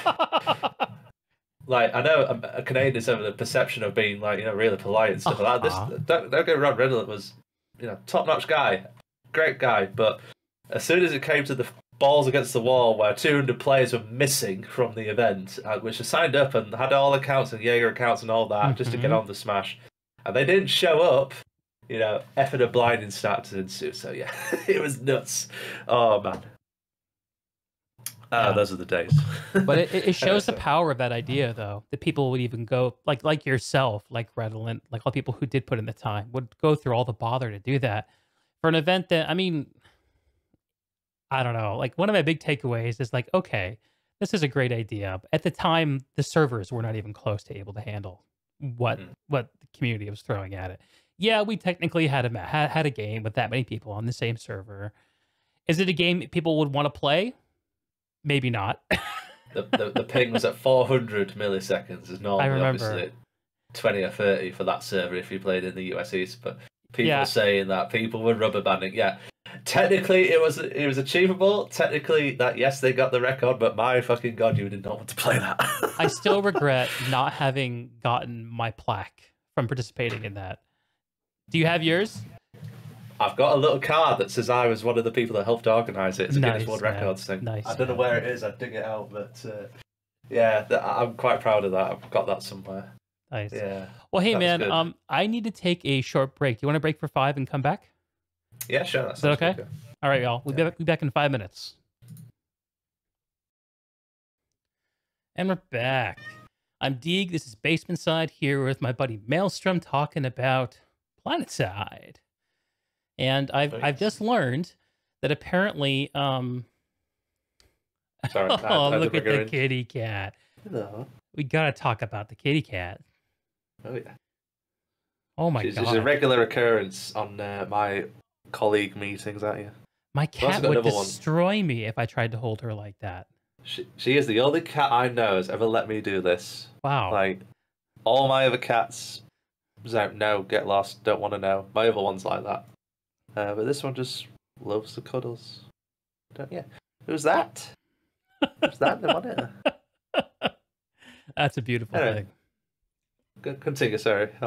They say that I read somewhere that apparently the purring of cats have like healing properties. Like That's right. it's been like shown that having a cat that likes to purr next to a sick person, they'll like heal faster or something. I don't know. Well, purring apparently it's actually helps them as well. So when they actually in a lot of pain, they purr, which is really strange. It's when they're dying as well they purr. There's something about the vibrations and yeah, it's almost like it's like I don't know. It's something really strange in cat's physiology, which helps them. I don't know how, but yeah, it's interesting. Yeah. So I've just learned that the Maelstrom gun in Planetside is named after yours truly. Is there a story behind that? It is, yes. There is a story behind that. Thanks for bringing it up the list. I'm sure you'll never let me forget it. Yeah, so the gun was originally called the Hailstorm turbo laser. And this is, for context, this is the scythe weapon on the... So it's the hard-hitting, fast burst sort of gun for the scythe. So it was actually originally called the Hailstorm laser. Now, there was something else, a TR weapon, I think, which was also called the Hailstorm, so they renamed it. Yeah, it was an SMG, right? Yeah, I think so, yeah, that's right. And they renamed it to something else, which I can't remember what it was. I think it was like the Antares, or maybe, I can't remember. But, interesting thing this, I don't know if this is either intentional or they just didn't do it, but it got renamed to the Maelstrom turbo laser. Which not spelt my way. So I spell mine in Maelstrom with an E in the end, a silent E, because I'm just weird like that. So I didn't click thinking it was anything to do with me at all. That were it, yeah. Maelstrom V26 turbo laser. No, it weren't V26. It didn't have the V26 on it. Anyway, so it's just called the Maelstrom turbo laser. So shortly after escalation, there was a dev stream. And they mentioned about how they had a gun for a guy called Mentis, who was the first player to reach 1 million kills in the game. And he was on Miller TR. So what they did for him is they put a gun on just outside Indar's Watergate. It's perched against a tree. You can find it in the game if you so chose, if they didn't delete it out of a patch, which they did once. Yeah, you can find it. Now, on the same stream, I forget who it was. It might have been Andy that mentioned, "Oh, don't we have the Maelstrom turbo laser?" And Rel was like, "Yeah, we do." It was named after Maelstrom26, the guy that did Ps4 Alerts. I was like, definite Pog kind of moment. There's some Pogs in chat. I was like, "Holy shit! It's named after me!" And I just obviously fucking exploded in the in the stream chat. I had no idea that it was named after me. So I emailed Rel directly saying, "Seriously, that game's named after the gun's named after me." I was like, "Yeah." Did you not know? I was like, "No, no one told me, or else I would have remembered that." So Rel went, okay. What we'll do is we'll rename it and put V26 Maelstrom turbo laser, and then obviously without the E on it, but then it's obvious. I was like, yeah, and that's what I think really. And I was kind of working on Ps4 Alerts at the time, not seriously like putting loads of hours into it, but just that one act of giving credit to someone who's been a long time community member, blah blah blah blah, whatever you want to call me. Just that mere little nod, just saying we appreciate you. Yeah. Is enough for me at least to go ham on creating an entire system that will help everyone everywhere play Planetside forever. I hope. So it's quite humbling actually. I sort of went back in a chair like this, just going, like, holy shit, like they care. They do care about people that are willing to put the effort in. to the community, and yeah, I think they do. It's good to see. And when they can take those moments to just recognize people. And I think the biggest way to do that is the way they did with you and with Mentis is you add something into the game permanently. Yeah. Like, that's something everyone can see. It's different than a social media call out. It's different than, you know, even a news post or something like that. The V26 Maelstrom Turbo Laser, I'm showing it here on the stream. That's really cool. And well deserved. That's I think like I wonder what it says in the trivia section. I've not seen this actually. I wonder what it says further down. Section? Yeah, if you click on the content. Initially named Hailstorm. Let me zoom this in so it's easier to see. Brilliant. Initially it's right there. Hailstorm Turbo Laser. The Maelstrom was renamed due to a name conflicting with the Terran PDW-16 Hailstorm. The new name was chosen in honor of Maelstrom26, a community member responsible for the Ps4 Alerts website. Oh, there's a Twitch clip. Let's watch it. Actually the Maelstrom 26 is the VS. It used to be named something else. I don't remember the name at this point, but it's now named like after Maelstrom, the person who runs Planetside Alerts. So there's like little things like that are you may not notice, but the So Rel's just explaining that what we just read. It was named after you. I remember the stream. This is the one with the Cardo and Rel photo over Andy's side shoulder. Oh yeah, that's funny. That's a beautiful thing. Oh, I love the memes. The memes come out of that was just fantastic. Yeah, I think I want to think about that moment for a second. That recognition you felt, that like sense of satisfaction and recognition. I think that like there's it speaks to something that is undeniable. Like it helps us remember the human in all of this, right?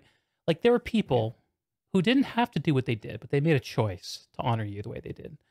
And there's you, who's a person who's just a Planetside player, who's a bit of a geek, and you're like, I'm gonna help him run an outfit. I'm gonna help run all these events, and I'm gonna make this website.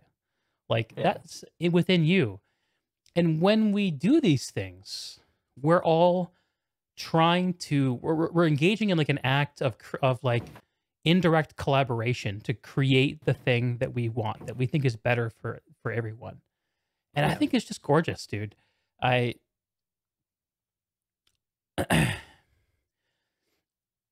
Everything that I try to do is to try to create those moments where people can connect ideas in each other, and we can all have a better understanding of what it is we're all contending with, and why.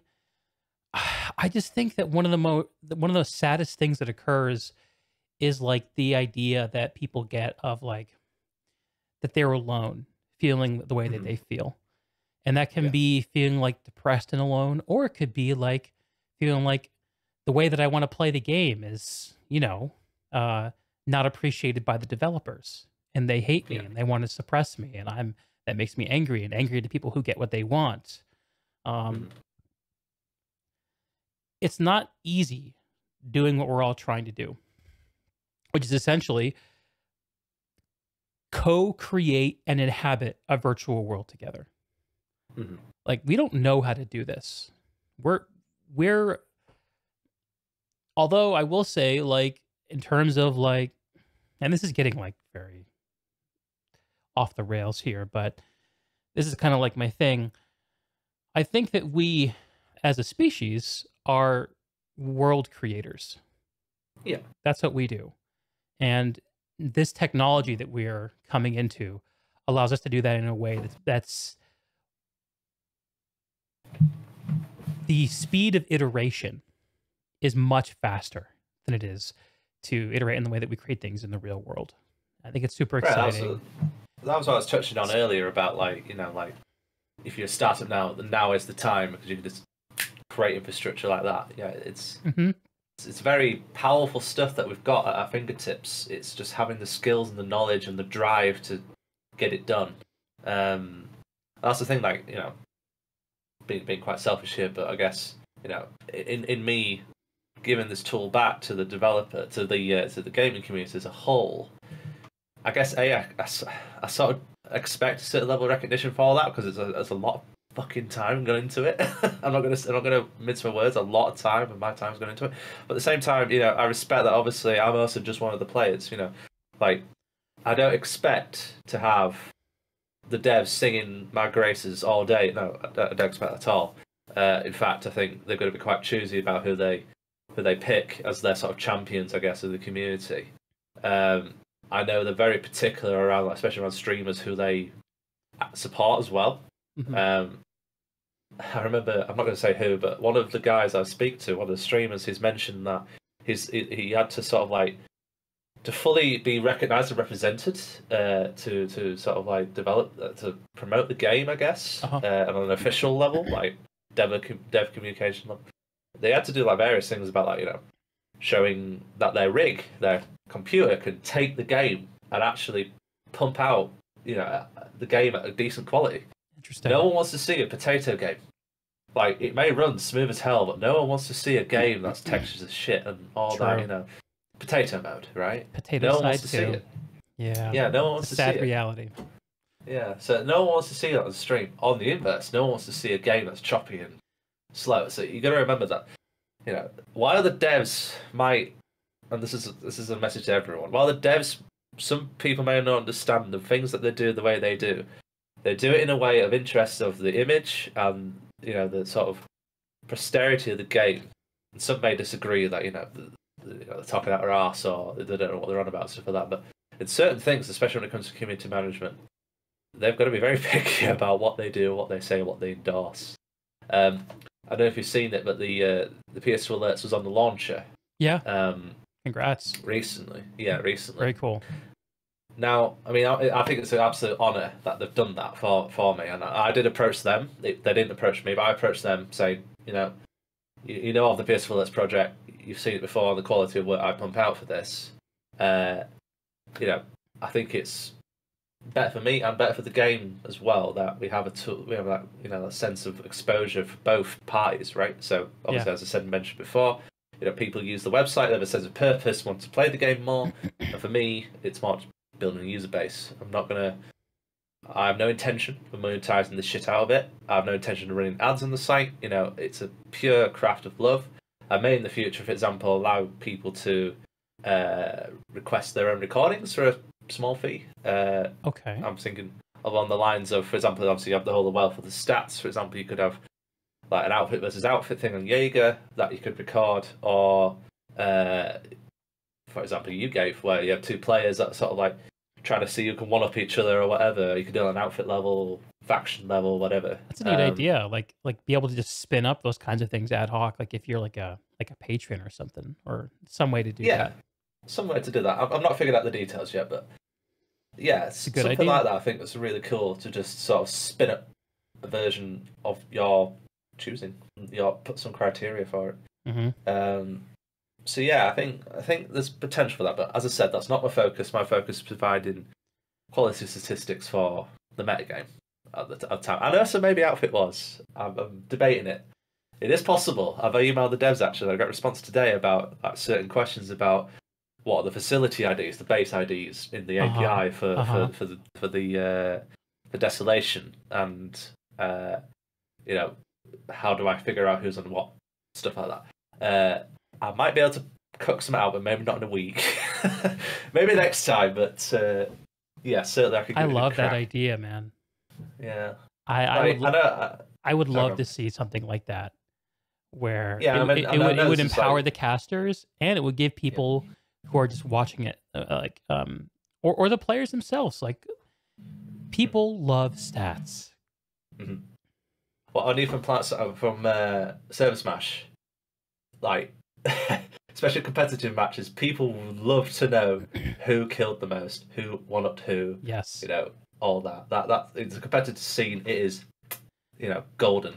It's a real shame that Planetside Battles, as far as I know, feel free to correct me if people describe it otherwise, but as far as I know, they've not brought back anything close to the Server Smash level of statistics. They've got you know, stuff like, for example, Pill, where they have the players there. That's great. I'm not missing that, but they have a great setup. Yeah, absolutely. There's not a big scale event anymore like Server Smash, which unfortunately, it's unfortunate that's happened. Like, I'd love to see Server Smash again. Like, oh my days, the best moments of my Planetside career was Server Smash. Really, it you know, the fact that an entire server could come together, like, you know, normally there's quabbles and all sorts, but coming together as one unit, and fighting and bashing the shit out of other servers and being the king of that. Yeah, it's so a great story there. Coming together with your enemies to smash your common enemy. That's good stuff. Absolutely, yeah. And great rivalries and the inner competitiveness of going for the most kills, most captures, stuff like that. Yeah, it's unfortunate though that we've fallen into this kind of trap, really, where I don't know if it's because it's the way that it's been organised in the past and how just sheer amount of admin you've got to do for it, but it's just, I think people perceive it as a lot of work and a lot of stress for no real purpose, which is unfortunate, because if you ask any player of the game saying, do I want to play Server Smash again, the chances are quite likely at the moment is yes. Maybe Outfit Wars now changes that scene, but about 6 months ago, before Outfit Wars was a thing, absolutely. Like, I remember Walker on the chat there saying absolute ball ache, but it's so amazing. It's absolutely correct. Yeah. I remember being an assistant force commander for one of them. I think it was the Miller. Oh yeah, it was the Merger Smash. It was Miller versus Price. What were they called? It was the other EU server that we absorbed into. It'll come to me in about a minute. But yeah, it's Woodman. Thank you, Illist. Yeah, Woodman. So Miller versus Woodman, the two EU servers. So they were trying to close one of the servers off. They didn't know which one. So the games, and this is what I was on about like, you know, having devs involved in the game and the player base. Yeah. Is that they said, right guys, Planetside Battles, arrange this match. Whoever wins gets to keep their server. Participating in that was phenomenal. You were literally fighting with the survival of your server name. It was fantastic. Yeah, that's beautiful. It's obviously like they can't do that all the time because it's Merger Smashes. But imagine though if in the game you can have a title, and there is a title actually. There's a title for RecordSmash and World Championship, I think, or Champion. Sorry, that's what it's called for the world.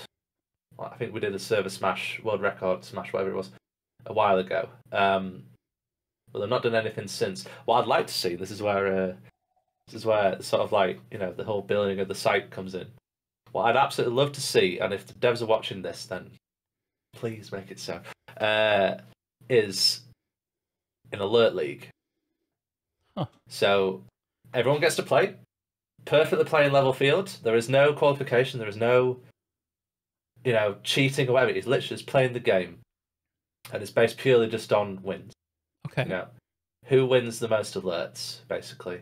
And this is kind of what I've been gearing towards. So you notice on the stats that there's a very keenly designed towards certain bracket levels. So there's like activity levels, which is currently just purely based on population, but that can be very quickly engineered into being, if you look on the homepage, very quickly engineered to being towards leagues. So you notice, maybe not on that page, but you can sort of see how on the bottom right there, for example, they're all broken down into different levels. So my sort of midterm goal, essentially, by the end of this year, is to potentially get a league in place where, be it if it's just prime alerts, which in the metagame context is 4 platoons on each side, so a minimum of 4 platoons, it qualifies for prime alert. To have those particular alerts regarded as, you know, the league qualifiers, if you want to call it that. The Prime Alert League. Yeah, the Prime Alert League, for example. Yeah, something like that. That's got so much juice, dude. Yeah, I think this all underlines like a very common, important idea, which is people care about the stakes. Whether it's their server name going away, whether it's getting a RecordSmash title, or a cosmetic. Like, if you underline something people can come together and do that's interesting with some kind of outcome that people care about, that's what's the good stuff right there. And absolutely. it's liquid gold. Like, you got a lot of power here to shape that with your site. Absolutely. I think. Yeah, and the way I was sort of like, I've had discussions with this, initial discussions with this with the devs, and I won't share too much details at the minute because it's very early days talking, but their concern was around having tangible rewards for the game. Now, in my opinion, that could be a multitude of things. It could be a title. I know that they can batch add titles to players. Now, I don't know if they can do it for the entire faction, but right.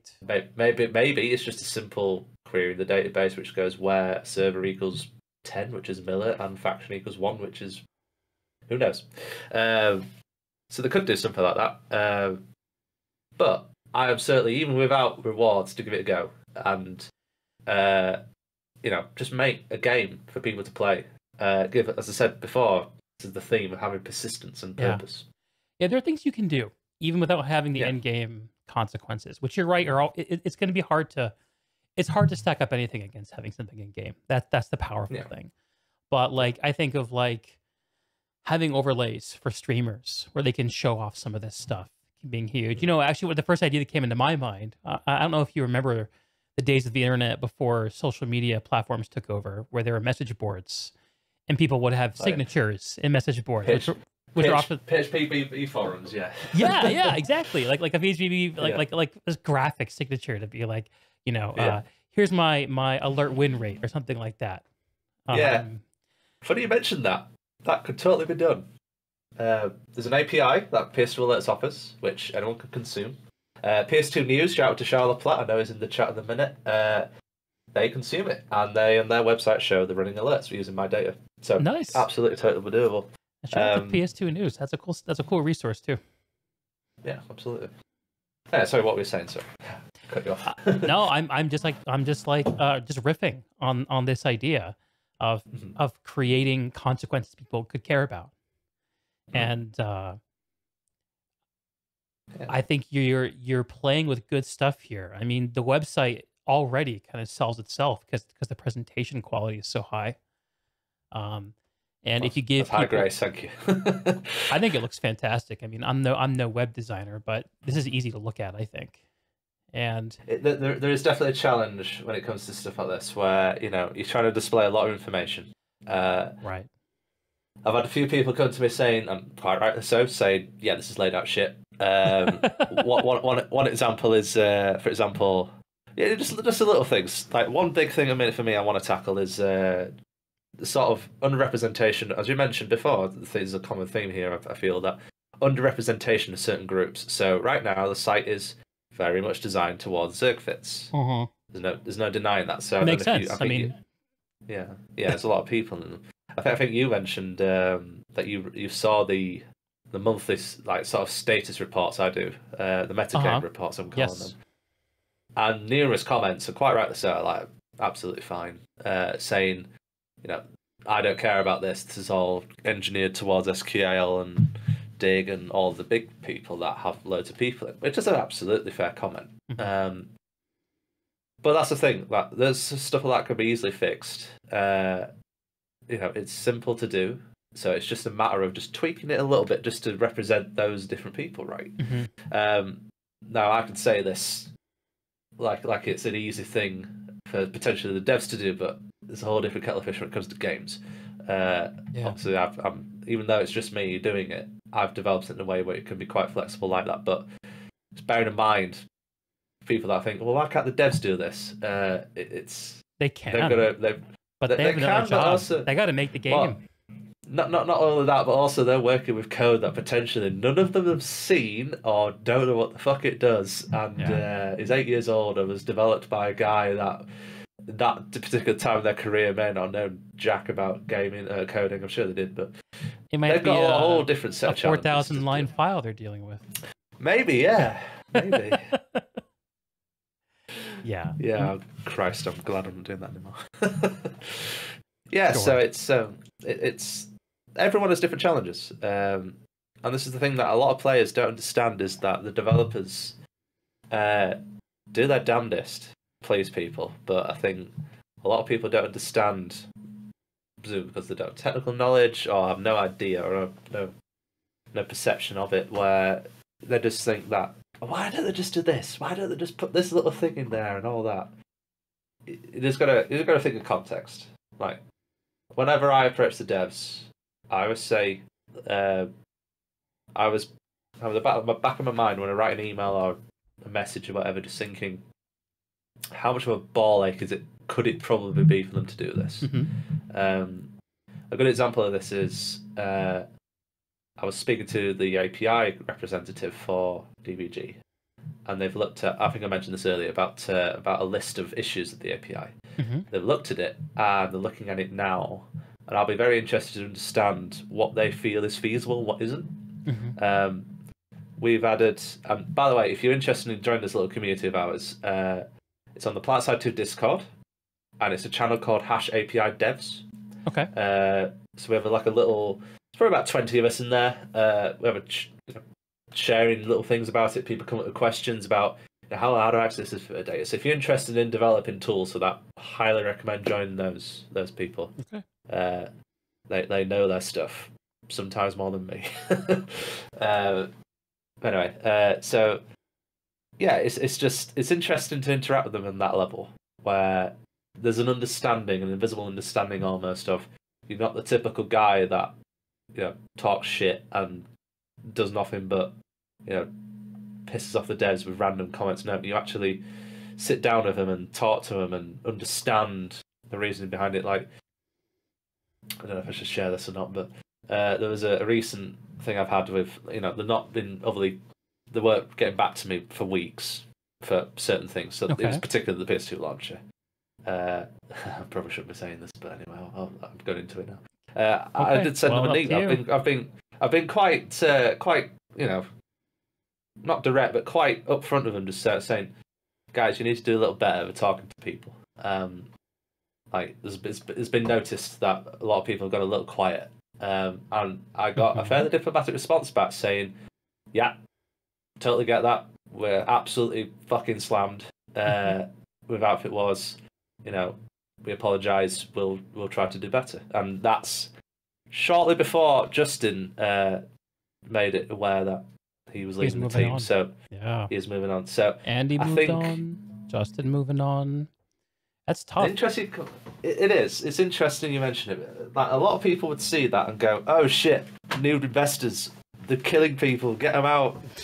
Panic. But at the same time, these people have lives. These people have different opportunities. For example, I was working for a parcel company. Again, won't say names. I didn't enjoy it. I got approached by a guy that says, "Do you want to work for X company?" Again, what's her name? But and I was like, "Fuck yeah, I will," and just quit. People have lives, and some people read way too much into stuff when certain people leave a business. Like, it was particularly a bit of a shock that Andy left, so I'm not going to deny that, but I'm sure whatever he's doing now is fantastic and is having a great time doing it, and I'm sure whatever he does, my man Andy will make a success of it. He was quite the trooper. He got stuff sorted. Respect to Andy.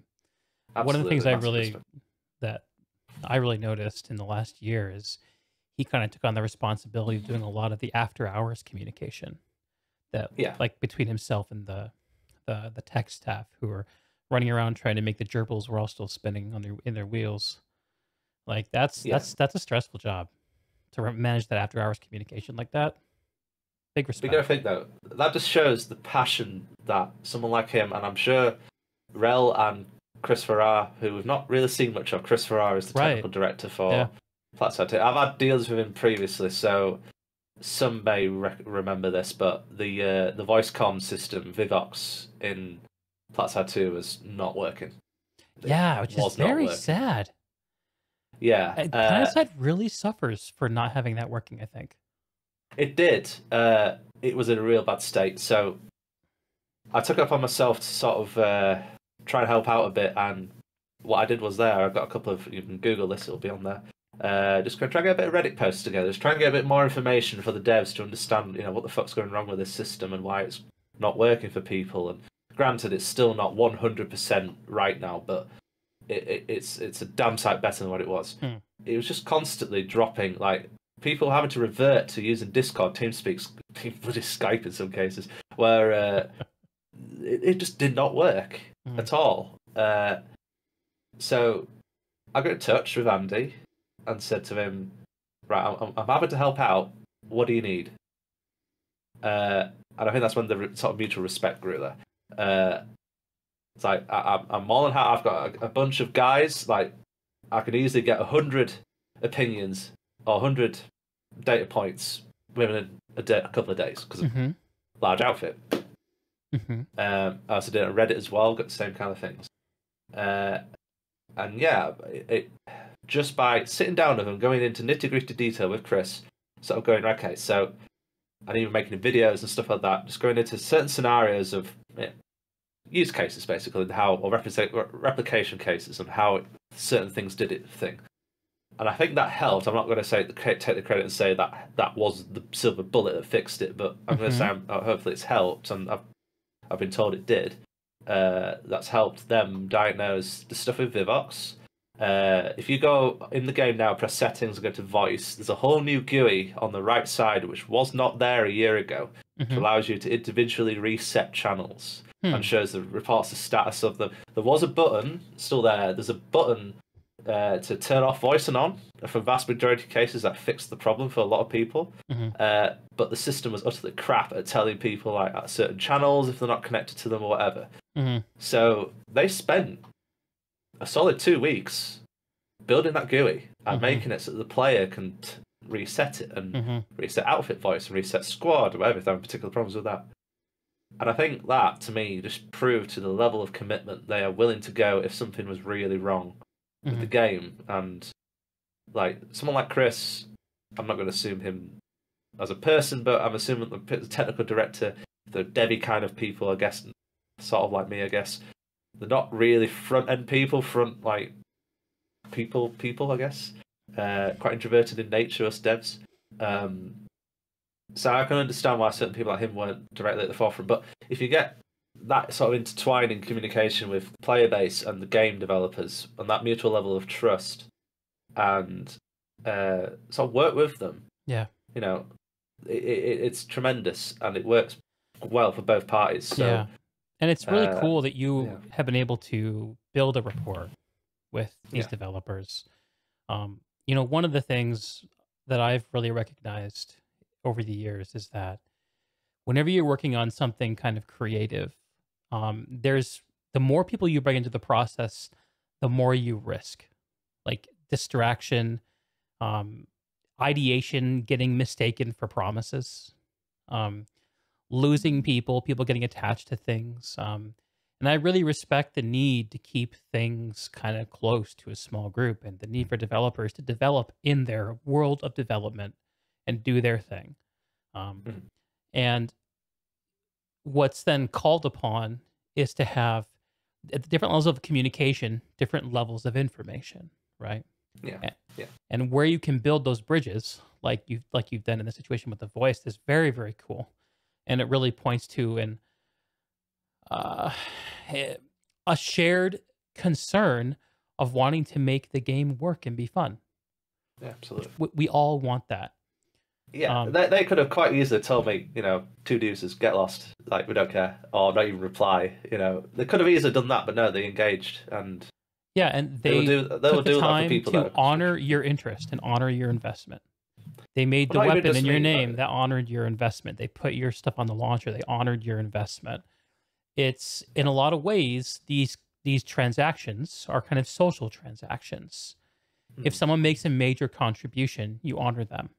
Something you do because it creates the proper incentives for people to actually step up and do these things. And you made a comment earlier in the stream, which I think could be heard as kind of like almost a little resentful if you take it a certain way, about they need to be careful about giving attention to the people who make these, who are the big community players, who are really surface the game and make it work for a lot of people who have a more passive level of engagement. But I think that it highlights again a truth to say we're all here trying to make a virtual world happen.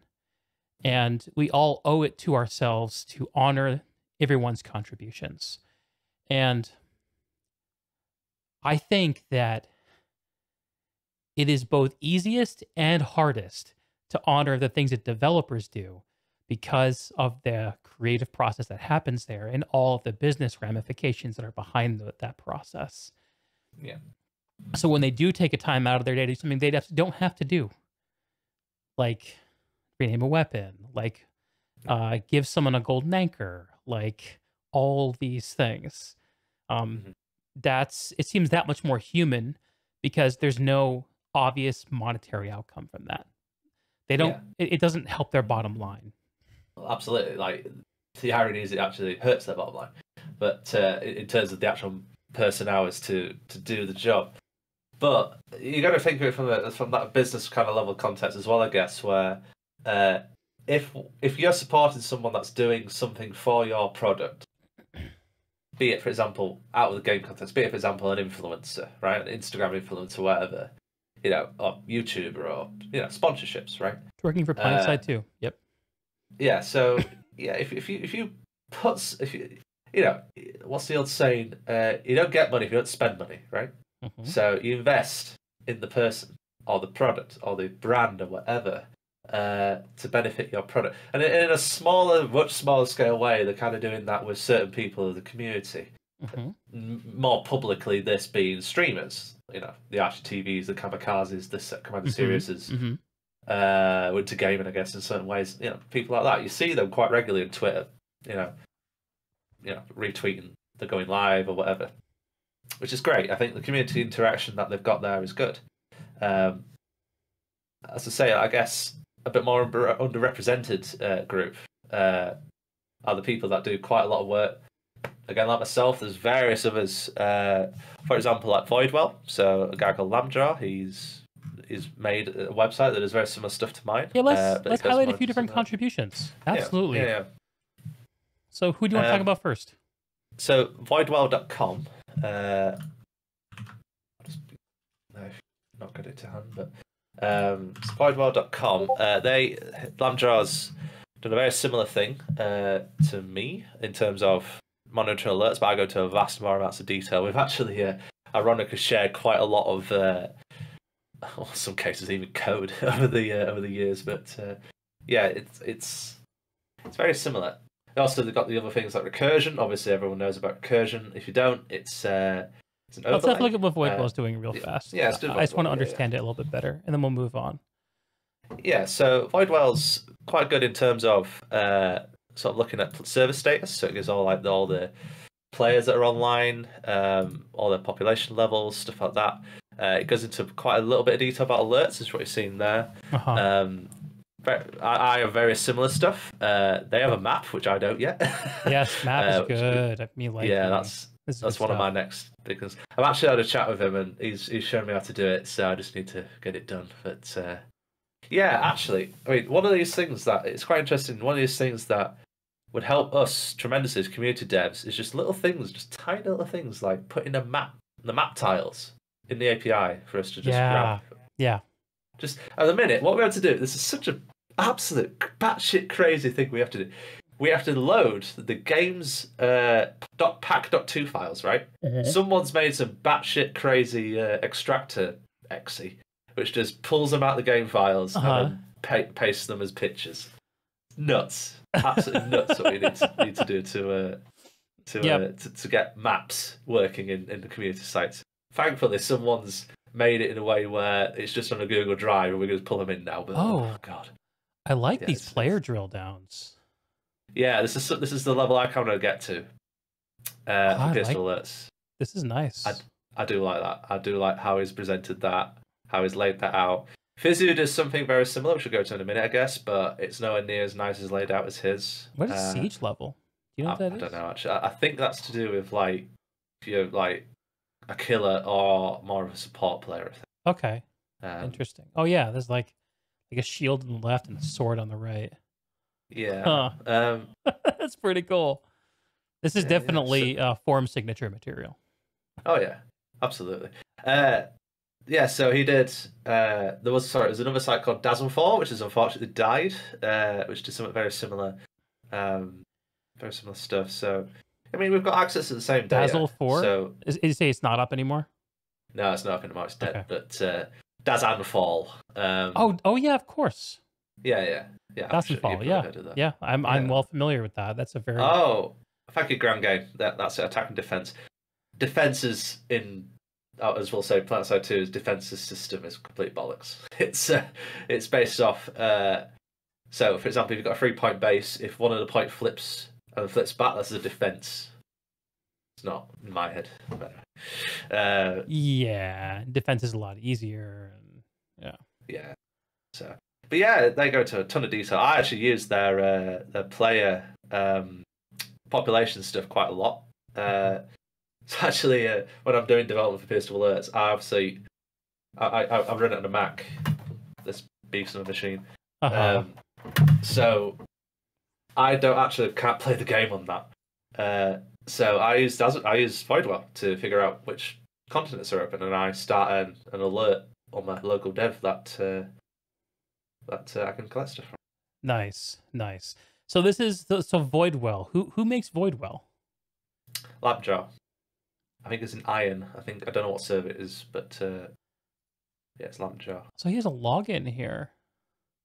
I don't know what that's for actually. Okay. All right. Yeah, this is cool. This is cool. I like this. Yeah. So what else? Who else are the heavy hitters of Planetside 2 contribution? So Fizu, FISU. Yep. Let me just get that link. Their site's a bit more quirky. They do a lot of. I'm going to give you some links here because it's a little hard to navigate. They do a lot of stuff around players and a little bit about outfits, but there's a better tracker for outfits. I'll give you in a second. Okay. Yeah, FISU I'm familiar with. Go ahead though. Well, if you know that, then you can just search a player, for example, and you can demonstrate. Well, search for me, the most important player there is. Player. Let's not search Killboard. You'll see I haven't played in a long time. Achievement viewer.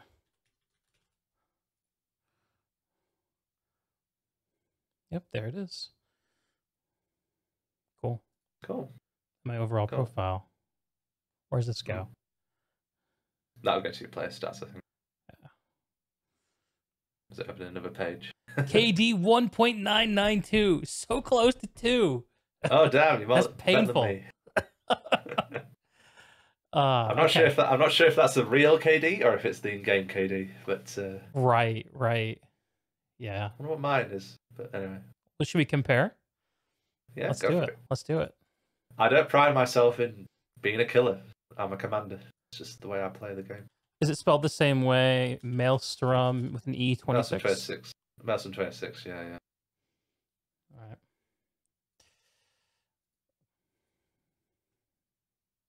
My infantry KD is over 2. That's something. Yeah. It does go into a lot of detail. This is good stuff. Yeah, it's really good game. Like this. Like he's got a challenge in that he displays a lot of data.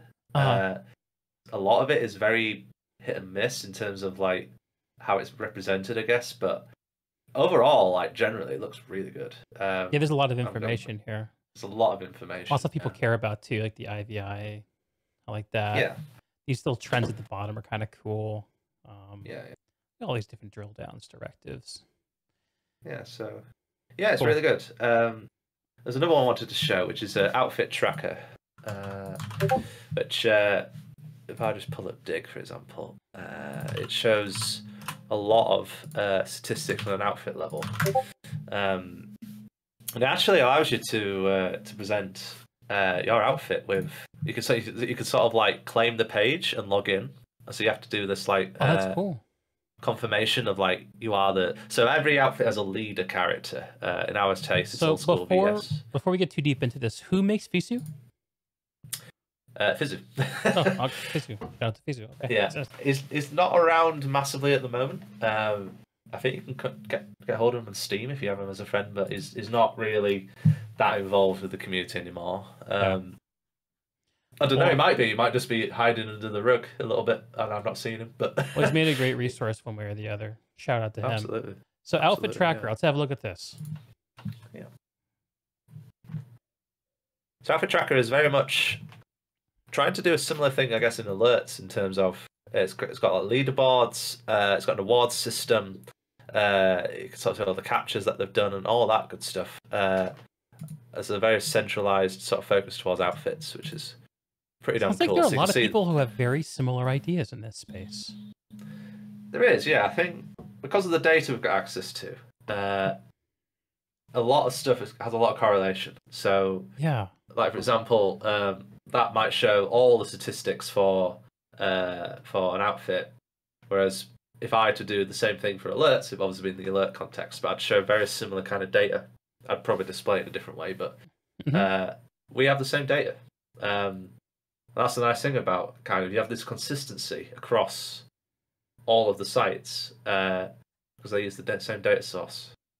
Yeah, there's quite a few interesting metrics they do. I like how they display their site. It's one of the better ones and the sexiest looking ones. Yeah, it's visually interesting. Yeah, absolutely. And actually, Dig is a massive outfit. Like Fizzu struggles to load Dig stats. So there are certain ways that certain sites have been developed that are actually really good and optimized in a really good way. And believe me, it's a challenge. You got a lot of data, right? It's a lot of data. I've actually had to, on Ps4 Alerts, I've had to restrict what I wanted to do. I wanted to have a daily total of all the weapons on each server and how well they perform on each server on a daily basis, right? But I looked at that and I was thinking, fuck me, that's a lot of data. And if you do that based on a character as well, God, I think there's actually an explanation. You have to have a record of each kill in the database and just kind of. No. Actually, what I do, essentially, Ps4 Alerts is just a massive counter. So it's literally just you get a message, be it the same thing that Recursion gets. I digest that and I go, okay, so this person killed this person, give them a kill. This person died, give them a death. Same again for the outfits. Same again for the weapons. If they used a vehicle, same again for those. In the vehicle context, was it in a vehicle? Did they die in a vehicle? If so, give a vehicle versus vehicle kill for that. Was it just against an infantryman? If that's the case, vehicle versus infantry stat. On the flip side, if an infantry killed a vehicle, infantry versus vehicle stat. Stuff like that. All it is just a counter. Basically, it's a massive increment. That's all the Ps4 Alerts really is under the hood.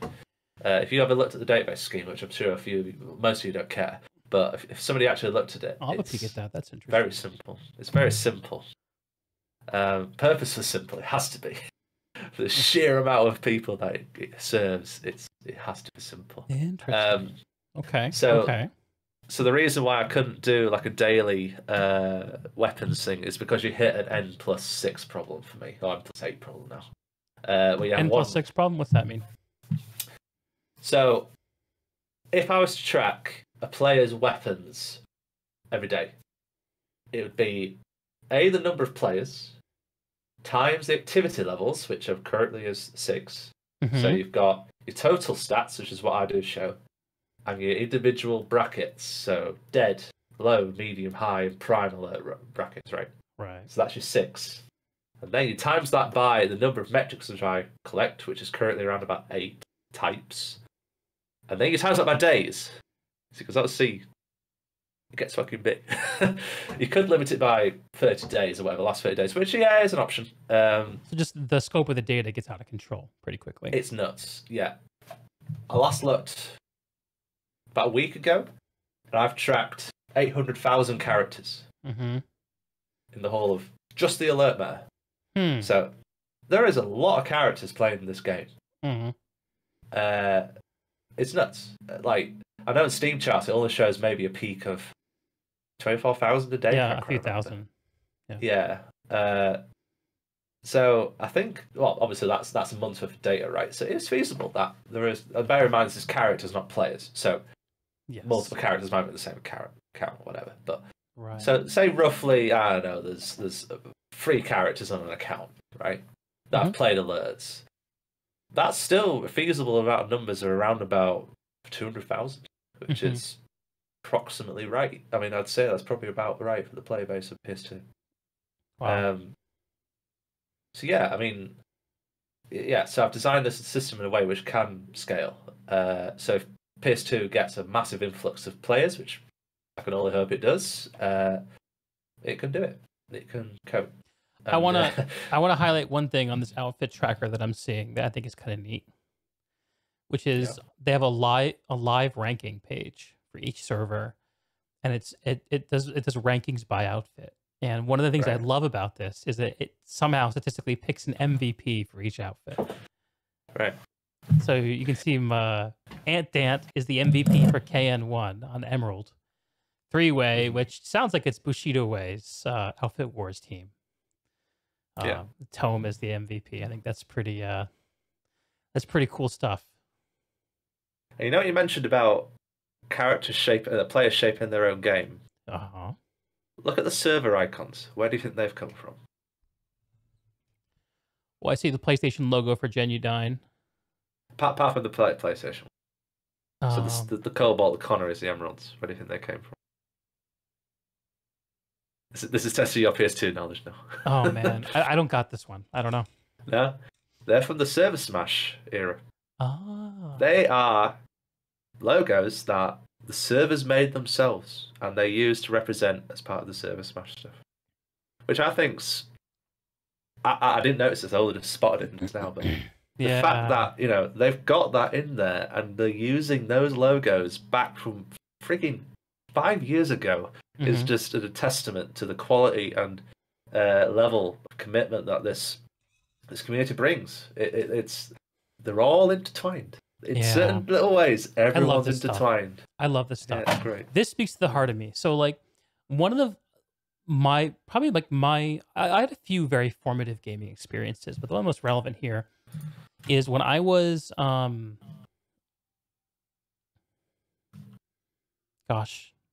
I guess I was in the last couple of years of high school. I got involved in a Half-Life 1 mod called Team Fortress Classic, the predecessor to Team Fortress 2. And at the time, my family was transitioning from dial-up to broadband internet, and I got involved in the clan scene for that game. This was in the early 2000s, so there's no social media. I would just see a clan tag, and when I was playing in a public server, no matchmaking in those days, and I would just type in the server, "Hey man, I like your clan. Can I join?" And they would say, "Yeah, go to this website and send an application." And then that website would have instructions about downloading Ventrilo, getting an IRC channel connected to, so you can actually communicate. And there's this very like backwoods of the web kind of feeling.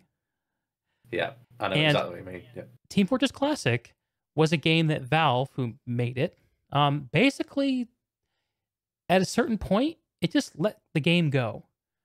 It stopped iterating on it. Stopped making new content. Because of the way the game was created, players could have their own servers, and they could do crazy stuff with it if they wanted to. And I played in a clan scene for about 3 years or so, 3.5 years, that was entirely run for and by players. Right. And I was actually a leader of a clan at that time. Had to field 8 to 9 players a couple times a week, and I played like 250 organized league matches or something like that. And that to me was a formative experience that showed me the power of what gaming communities can do. And the fact that it gives a chance for people like me and others, folks like yourself, to jump in and help make the experience. And it gives me a real soft spot in my heart for stuff like this. Because in some ways, I kind of bounce off of the highly polished, highly finished gaming experiences where you can be totally passive. There's no way to really add to it as a part of the community. It's not made for that, you know? Yeah. I like the incomplete creations. And I think Planetside is one of those. And I love yourself and all the other fine folks who are jumping in to help make it something better. I'm excited for the Alert League. I think you got to do it, man. Yeah, there's a bit of work to do before it's ready. my objective, and I'm going to say a date here, which I'm probably going to miss drastically. I'm looking around about May to sort of get that in place. The site at the minute has been very focused on stability. There are a few challenges at the moment with Census, the API, where occasionally it doesn't respond in the way that the devs expect. They are aware of that. They've been looking into this. Just wanted to put that out there, which does unfortunately mean occasionally alerts don't trigger in the site. But there are a few things I could do to make that a lot more stable. But so one in maybe, I don't know, 100 might get missed. That might be prime. It could be a prime alert, or it could be a dead alert that no one gives a toss about, or one that really it really hurts when I see it when it happens in a prime. It really pisses me off. But yeah, it's just one of the challenges. 1% is a high amount though when it comes to API calls. Well, you got to think though, the sheer amount of API calls I make to that site. So right, to give you some context. When a player kills another player, if I don't know about that, if I haven't cached that data, if I don't know about those two players, I have to ask Census, who are they? Who are these people that's just happened, and get their outfit information. Could also, for example, need information about the weapon they've used. So if I nuke my cache, Census gets bombarded with literally thousands and thousands of requests, potentially a second. It's nuts. So I do have a caching layer, yes, and devs, you can trust that I use our API responsibly. And it's crazy. You got to think that across the whole of the game, I think I've figured it out. I think there's 800 kills every 5 seconds. Okay. Nuts. Okay. That's 800 messages that the system's got to. If there's an alert on all the servers at the same time, and there has been times that that's happened where the system has to process 800 messages a second. I've got some clever queuing mechanisms in there in case it can't quite handle it, but yeah, it's nuts. Like Census, I slag it off daily sometimes, but it's a phenomenal system, and this is actually one of the points I wanted to make is that no other game I know has something like this, that has a system that players can freely, I might add, able to pull and grab data from or whatever. I don't know of a game like that. I think the only game that came close might have been Overwatch. Actually, no, it wasn't Overwatch. I had to do page scraping for that. That was fun. But I don't know a game of that caliber that does it. That's pretty cool. Which for me makes Planetside quite unique. Put the power in the hands of the players. Planetside all about, baby. Absolutely. I think Smite might have something similar, but something completely different. So yeah, I think it's just unique in a way that the devs give us these tools, and while it may not be 100% perfect, it certainly does 99.9% of what we want to do mainly, and I think if the devs do spend some time into doing and improving that, then that relationship can only get better. Absolutely. So obviously, as I said, digressing a bit there, but I think the Alert League stuff is definitely coming. I definitely want to do it. If I can, try to get tangible, actual rewards into the game. So my current envisionment is a title for the winning factions in each server. And obviously I've got to talk with them quite a lot to make that happen, but no guarantees there yet, right? No guarantees whatsoever. But even if I don't get those guarantees and they say to me, this isn't feasible, this is not what I want to do, fine, I'll still do it anyway. Because it just gives the purpose of that. So the intent is to sort of like get the site's name out there, and obviously being on the launch has helped a lot with that. But yeah, just sort of word of mouth in terms of like, here's this site that, if you play an alert, you're on it and stuff like that. So straight up. Ps4Alerts.com. Everyone go check it out. Absolutely. Well, Maelstrom, anything else that you want to talk about? I guess if you want, we can talk about the sort of the upcoming stuff that the devs have planned. I'm sure you've seen the stream they did. The 2021 stream. Yeah, I did a that's right, the reaction to it actually. Yeah, what stands out at you? So two things mainly. The NSO overhaul. NSO overhaul. Remember they did a terrible joke in the stream. I remember that quite nicely. Yeah. Oh, yeah. NS overhaul. That was it. Yeah. Very clever. Yeah. That's an interesting one. So the fact that they're opening that for all people to play is good. NSO, and I have a few players in Dig that play NSO quite regularly, and I get to hear a few really strange things. What do you think the draw of NSO is? For folks who don't know, so Planetside is traditionally a 3-faction game.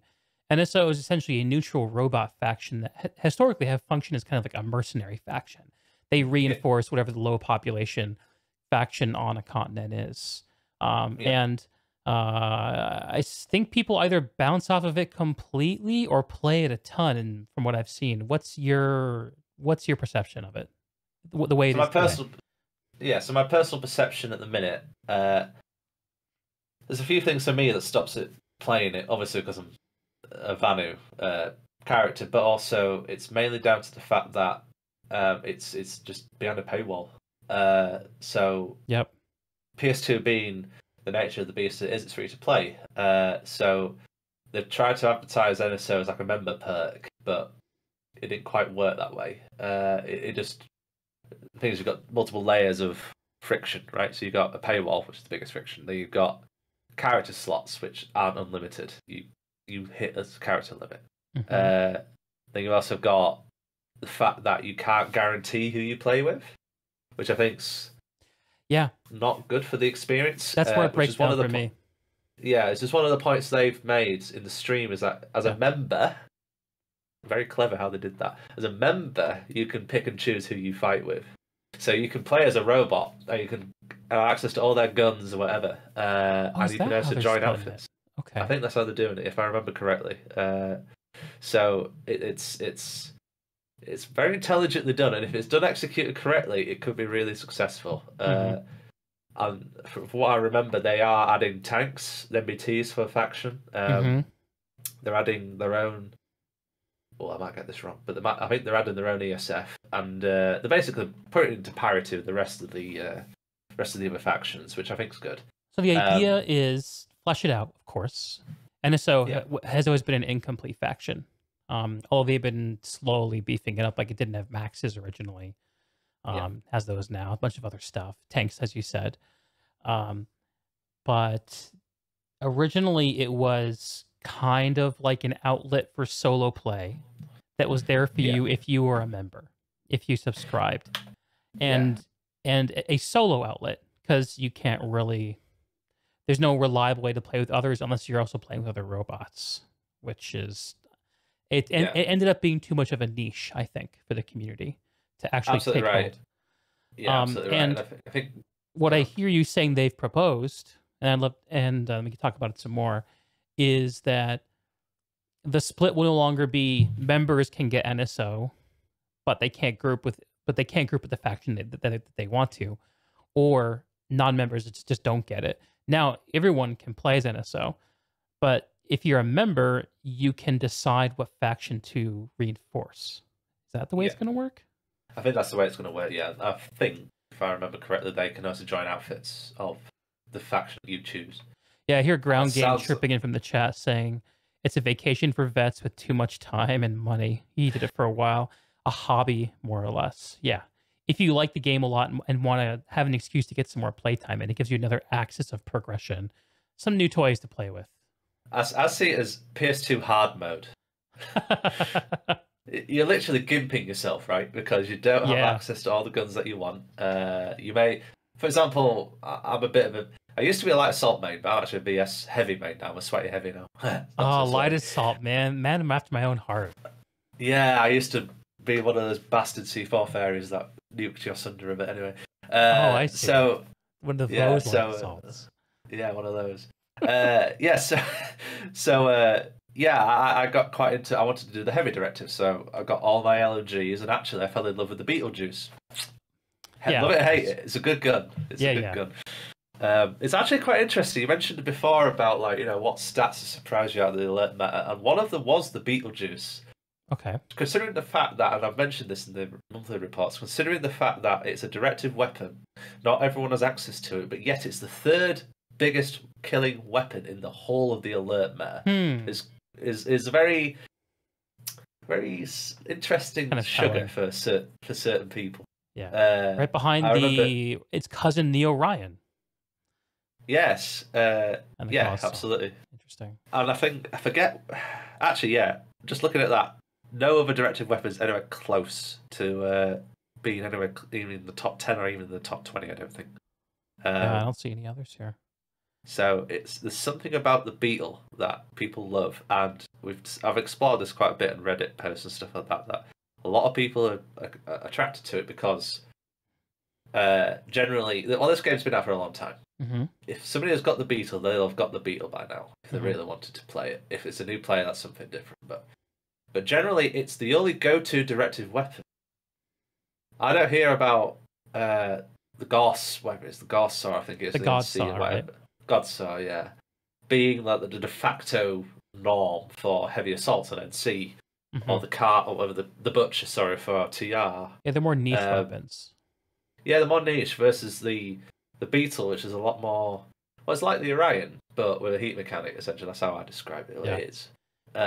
So it's interesting that just because of that heat mechanic, which some people think is OP, some people don't. I personally get very pissed off when I can't reload because I've used one too many bullets in a burst, and I'm fucked for about 8 seconds. That's killed me many times. But I'm just a bad player like that. You me both, brother. Actually, yeah, Noah CA just made a good point that, I think the OP part of it, Kamikaze did a very good video on this recently, so go check it out if you're interested in it. Is the fact that you can reload with your secondary gun. Yeah. So you can fire it all the way and then hit the heat mechanic and then swap to another gun and reload that way. Yeah, that's the meta. Like, there are mechanics in other games that like reload your stowed weapons, and that just borrows from that idea. But you put that intentional idea. You put it on a primary weapon for the primary foot soldier class in the game, and you quickly see how its popularity would run rampant. I think if you put that, I imagine if you put that mechanic on any other LMG, it too would be highly represented, no matter what its other properties were.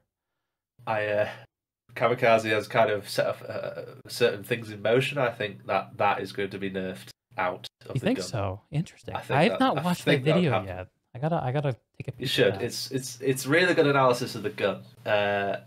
Kami's done a really good job on that. And if you're listening, Kami, good work, mate. But yeah, it's interesting. So yeah, definitely watch it. It highlights quite a few flaws with the design of the gun, but also the uniqueness of the gun as well. I think this is the uniqueness point that brings it to a lot of players, is that it's the heat mechanic. I think that is the unique part of it, whereas the other guns are just same crap. One of them has they're all just LMGs, and they shoot differently. You reload them, Yeah, the Saw has an alternate fire mode that shoots armor piercing bullets, which don't do that much damage. You can do little things like buff that, maybe. Yeah. I guess that sounds like the old Planetside 1 Vanu mechanic, where the the Pulsar had the alternate fire mode. I actually remember, wasn't there a brief time where the Lasher had an alternate fire mode? Yeah, I think I do. The Planetside 1 Lasher, man. Yeah. Oh, that was a beast. I love that Lasher. I still love the Lasher now. It's, if you look at my stats, it's one of my top guns. I've not been able to get into the Lasher. Actually, I haven't been able to get into heavy assault at all. For me, putting jetpacks on an infantry class is just all I fucking need. Like, I used to be one of those little tower shitters that went to the top of the towers and just as soon as you came out of the tower, bam, with a shotgun, and that was me for a long time. I was a sneaky motherfucker. I don't know. I think I just shifted to different things. My new favorite thing, and when I say new, I mean like in the last year, because Planetside's a game that I usually play. I play passionately for like a couple months out of every year, and I just get myself a long ass cooldown from it. I have an ADD brain. I try a lot of different things. It's the way I work. Right. But whenever I come back to Planetside, I'll always try to find an excuse to use the crossbow on my light assault and try to go around and troll, because you get those those 2-tap kills where it's crossbow knife. Yeah, yeah. And I just, whenever I get kills that way, I always feel like I am like cheating. It feels incredible. I love it. One nerf recently was the recon darts for the crossbow. So when I did Outfit Wars last time, or various service matches back in the day, you were able to, well, you still are able to equip recon bolts to the crossbow. Right. And I used to just spam the living shit out of where I thought enemies were, and just blanket an area of recon darts, which they've nerfed now from, I think, 20 and limit to 4, which is unfortunate. But so that for me was a little bit of a hard sort of nerf for me, but you know, it didn't stop me playing the game. Right? It was a very niche thing I did. Usually when I was like hardcore commanding like a platoon or whatever, like Diggy runs tactical platoons, not tactical, because we're hip like that. Yeah. Where we have a full sort of PL SL kind of setup. Normally we run quite casually where we have a PL, and if SL wants to micromanage them, so be it, but not required. Okay. So when it was in that kind of context, I used to do stuff like that where, you know, we were proper hardcore about things. So yeah, you know, but there's little things against that. You can use scout flashes. I call them command flash. I have a very particular flash with the ball on it, with a little red, yellow ball on it. Yeah, the ornament. Yeah, so I just use those. I just, you know, when I'm looking on the map, just tootle around in this flash, you know, just to keep scout radar for everything. So yeah, it's just little things like that, really. That always make this game quite cool. Yeah, for folks who are interested in the strategy dimension of the game and have an avenue to express it, like they can actually contribute to leadership in an outfit. Like that's a very unique thing in gaming in general. Yeah, absolutely. In a way, like, do you remember Natural Selection? Did you ever play that game? I did a little bit. Yeah, but what was your... Go on, I never played the sequel, Natural Selection 2, but I played the first game, which was a heavily modded Half-Life 1 mod. And there was, on the Marines, it was Marines versus Aliens, and it was asymmetrical. That was what's cool about it. It was asymmetrical. It had all these strategy elements of progression, and it was, of course, shooting. And on the Marine side, there was one character you could play who was like the commander character, where you kind of had a top-down view of the map, and everyone else had a first-person view of the map, which was very... it was the first time I'd ever seen that done. And like what you're describing sounds a lot like that. Like, yeah. The only game that's ever come close to Planetside 2 in that regard is Battlefield 2142. Did you ever play that? I did not. No.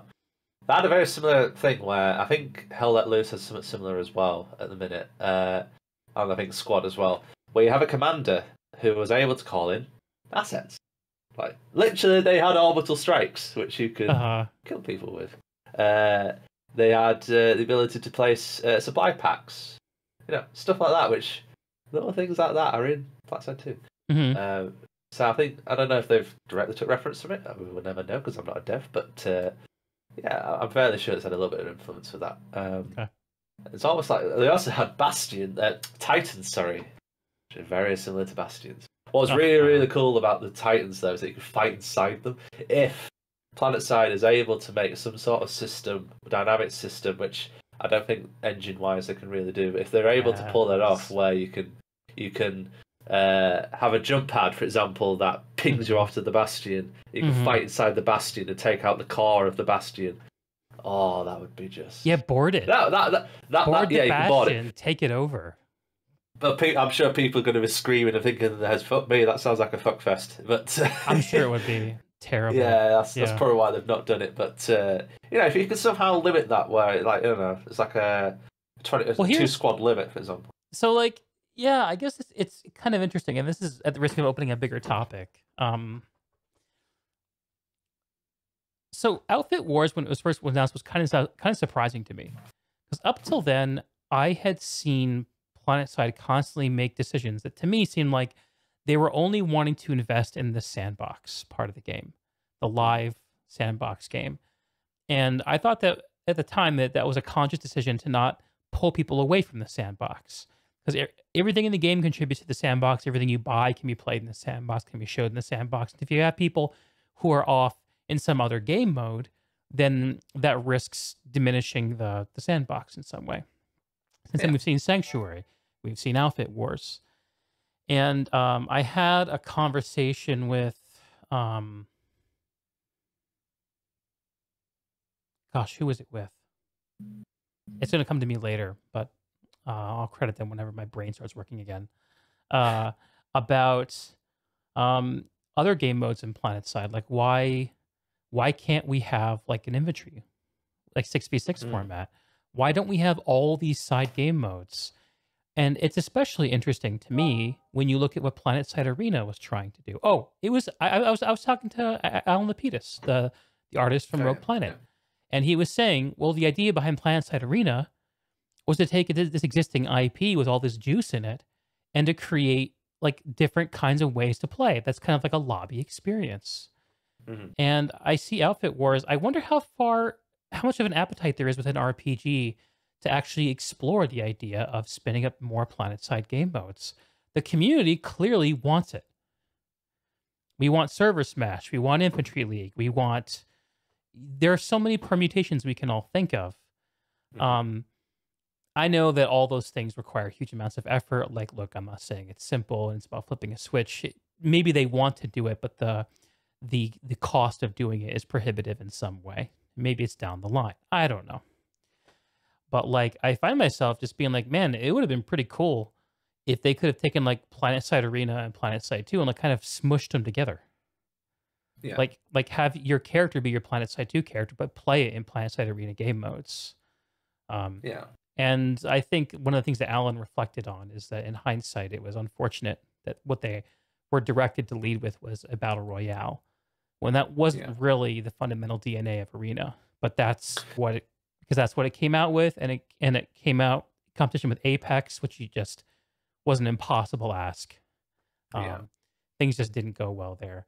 But if it came out a couple of years before, maybe it could have been success.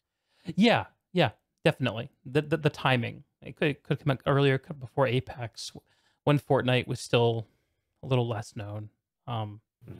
Definitely. But then the same studio also had H1Z1 going at that time. So it's true. It's like competing against itself, kind of thing. Yeah, I don't actually know. I don't know. The sense I get is that the people who, the creative visionaries, when they set about to make Arena, Battle Royale wasn't really what they wanted. Wasn't really the center of their vision. It was just kind of like, okay, yeah, we can use this to make an Arena, a Battle Royale if we need to. And that was the business direction that was chosen for those creative people. I think though, like as a player though, I think I was in two minds about Arena. I didn't actually get to play it because it was just before I came back. But I was in two minds about it when I heard about it. First of all, in a sense, it felt like a bit of a betrayal. Where, you know, they were promising, you know, to expand the PS2 game and invest in it and expand it. So creating an entirely new product, which, while granted is in the Planetside 2 IP, that's not undeniable. That was almost a direct. It was pulling players out of an already at the time very limited, like struggling game in terms of populace, bringing that out into another game, which the counter argument for that was that other game could bring in people to the that could symbiote it, but it wasn't perceived that way. I don't think a lot of people fought that argument. I did not. No. A lot of people saw it, and I'm going to be brutally honest. People saw it as a cash grab. Yeah. They were riding on the already quite beaten horse of Battle Royale. A lot of people didn't favour it. A lot of people were just whatever. There's a very vocal amount of people, which is, I think this throws back to why the devs are a little quiet sometimes. Where they're trying something, they get fucking shat on by the community. And obviously after that, why would you bother?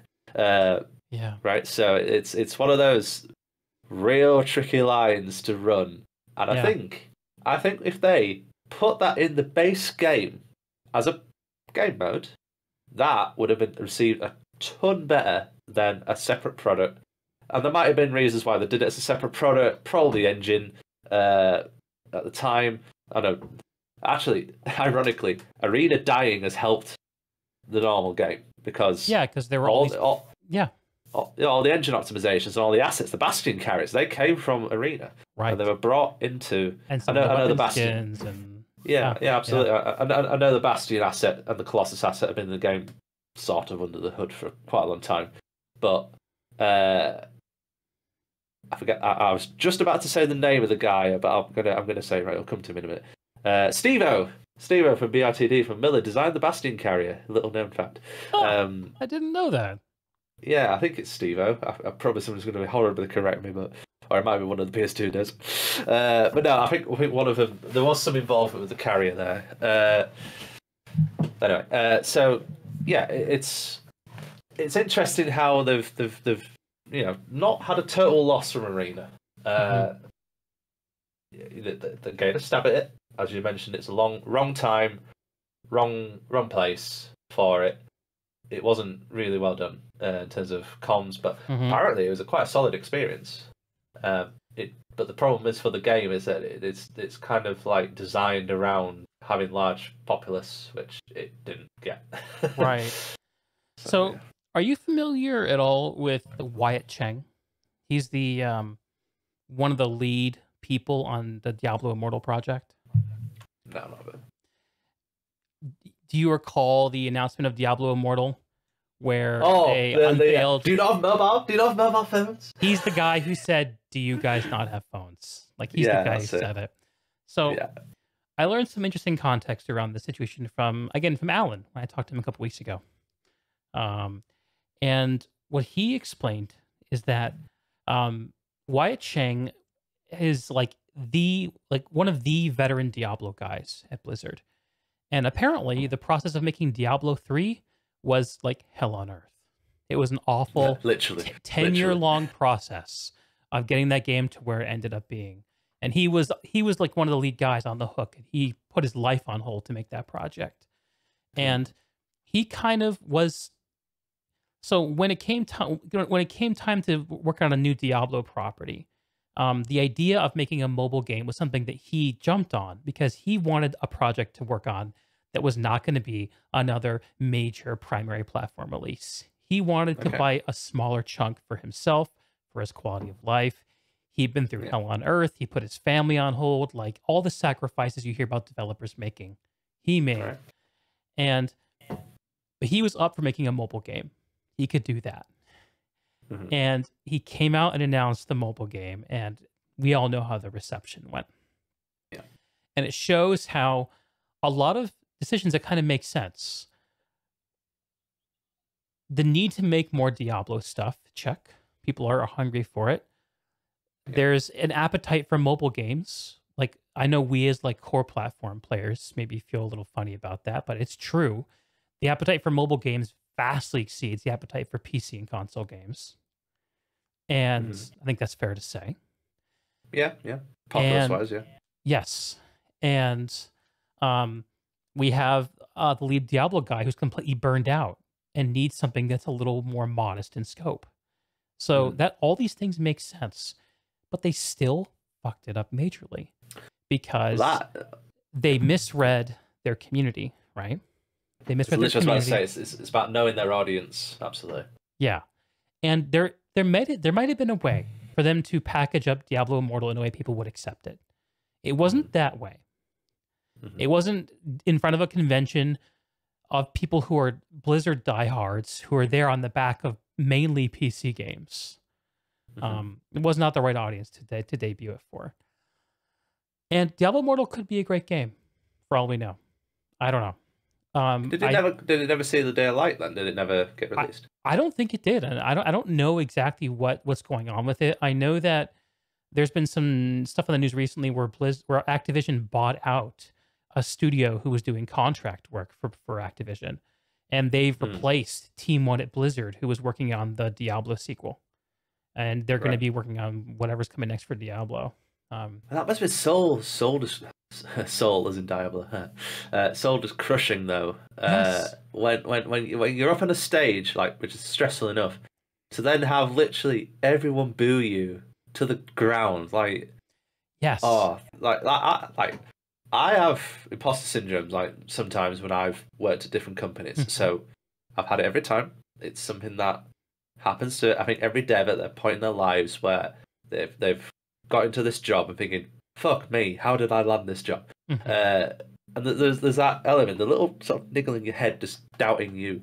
But if you have, that's just your own validation, right? I don't know if you've experienced something similar. Definitely. But if you've got people literally booing you for all, as you mentioned, like by the sounds of it, is absolutely poured his heart and soul into this product, and you go to publicly bring it to the world, or you just get pissed on like that. Oh, that must have hurt rocked that guy to his core. Like I can't imagine what that would have been to someone. Like I can't either. No, it's hard to think about. And like I think that I tried to bring this up, but it sounds like that if for certain types of people that could have been enough to topple them. If that makes sense. Be done in game dev. I don't know what Wyatt Cheng's doing today, but the whole reason I brought that up is thinking about Arena. Yeah, I think there are some people who are pretty passionate about Arena. I mean, Cardo was the lead designer on it, I believe. All right. We saw him move over to Planetside 2 for a short time after Planetside Arena went away, but then he moved on. He's doing something else now. Yeah. Alan, when I talked to him, said that Arena was kind of Cardo's baby. It was his vision. And I imagine he felt crushed by that too. Absolutely. And it's very hard because making games is fucking hard as hell, and it's getting harder every single year, and there's so much money involved, and it's so complicated to try to wrangle a creative vision that might be good through all the things you have to deal with to actually get it in people's hands. And I think about the Wyatt Chengs, I think about the Cardos, I think about the Rels of the world who are out there putting themselves as developers who day in and day out have to put themselves between gamers who have a bigger voice than ever and who can so easily amplify incredibly negative, harsh signal. And and I think about the publishers who hold so much power over these developers and prevent them from engaging in communication in a way that humans are programmed to communicate. And not even directly. Like, you don't need to have your publisher tell you not to talk about stuff to know you shouldn't talk about stuff. Like, everyone knows where the money comes from. Everyone knows where you have to go to get things approved and get soft technology you need and get people you need on board to make things. Like, it's just how it's made. One of the things that I really worry about long-term, big picture, is the things we're seeing in the gaming industry, labor practices, and the compound effects of those kinds of situations I just described. I think that I started saying earlier in our conversation how publishers have traditionally had the big voice. Gamers have gotten a big voice. They're now in control. Yeah. And developers, I think, can oftentimes get crushed between those two voices. And I really want a way for developers to get out there, give their message. That's part of the reason I'm excited to talk to the Alan Lapiduses of the world, the Rels of the world, even to you, where even though you're not actually developing, working on the game, you are making the tools that the gamers use, and you do have an opportunity to actually connect more closely with the people who are working on the game as a result. Like, we're all people. We all got families. We all have our creative vision that gets compromised to the nth degree by what's practical and what's possible. Yeah, and I mean it's a very, I mentioned this before. It's almost like if you're a game dev who is semi-public, so the Rels, the Cartos, it's like a very shaky tightrope. So you're in a circus. All the people are booing at you because you're doing a shit job in their eyes. And you're walking this tightrope where you could say one thing that could end your career. The amount of pressure that must put people under is phenomenal. I couldn't work in that environment. It's the kind of pressure that the CEOs take on. You know, CEOs unless you're Elon Musk, who doesn't give a toss. But yeah, Musk is a great example. Like, he's constantly running his mouth. Yeah. I have nothing bad to say about Elon Musk. He's an interesting figure for sure. But that level of responsibility in being the face of something is something that usually is something that CEOs accept astronomical amounts of pay for. And part of the reason that pay is so high is because people don't want that job because it is really hard and really punishing. Yeah. So the market for that job, there's a high demand for it, but the supply of actually competent people to do it is not as high. At least that's the way I think it works. I'm not really sophisticated at that level of business. That's just what I've perceived. And I think that more than ever, there's a need. There's a demand for developers to get out there and tell their stories, but the risks of doing so are so high. It's very hard to do. I don't know what the answer is, man, but I sometimes worry that we're going to drive off, that the gamers are going to drive off developers with our big voices and our big consumer powers to shape. I mean, that kind of that does touch on what we were mentioning earlier about technology and how over the course of the couple of decades that we've been gamers, that how it's just vastly shifted. Like you know, these black slabs in our hands were not a thing 20 years ago. Like, imagine what it's going to be like in another 20 years. Like, what is gaming going to be in 20 years? Is it going to be VR? Is it going to be that we're all hooked in the Matrix and like frigging, going on Tron style, stuff like that? Gabe Newell's bullish on brain interfaces, man. Yeah, you mentioned that. I know Elon Musk was also working on a brain interface as well, so that's interesting tech. The whole thing about AI. Actually, so a bit of a digression, but I play a strategy game called Stellaris. I don't know if you've seen it. I'm familiar. So one of the things you can do in there is you can essentially turn your entire human race, whatever, into cyborgs. You can totally get rid of the flesh. It's actually called something in the game called "The Flesh is Weak." Weird. Okay. Yeah. So you can convert them all to cyborgs. I think that is achievable. Well, in the game mechanics. In the game, you basically research technologies over the course of like hundreds of years, and then eventually having a decision where it starts slowly converting all the populace to upload their minds into machines. And then you're gaining some people might say OP as shit buffs, where you get like 15% more resources. Whatever. Is there a cost to that perk? Like, is there a downside to it? It's massive time. I mean, in terms of the time investment is huge. In order to get there. Yeah, it takes about solid 50 years. The games run for, I think, 2200 till about 2500, so 300 years-ish. So it's a bit chunky of time. Got it. Yeah, there's like various, because you're a robot, you've got to use energy and whatever. Yeah, but, I was just curious if I had upside, research faster, downside, you're more likely to have existential crises that kill off parts of the population. I don't know. Like, I don't play the game. Yes, I know what it does. It does. If a certain amount of population is in the game is cyborgs, an event triggers where basically Terminators happen, and all the cyborgs unite into one faction and are massively overpowered and destroy the whole galaxy. It's great. I love that. Oh boy, I absolutely love it. So you yourself becoming a cyborg? It never happened in my lifetime. The brain interface implant, if it was available? I think yes, and I think no. So there's an interesting topic, which I don't think we're going to go too much into, but there's an interesting topic about how humans have a futile existence, and probably for good reason.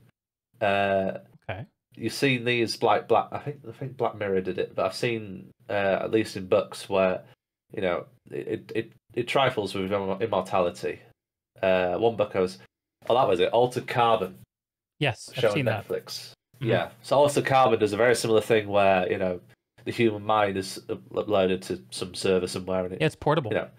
You cheat death, and there's ways to not cheat death as well, which is quite interesting what the little thing goes into. Like, you could actually kill someone if you do it right.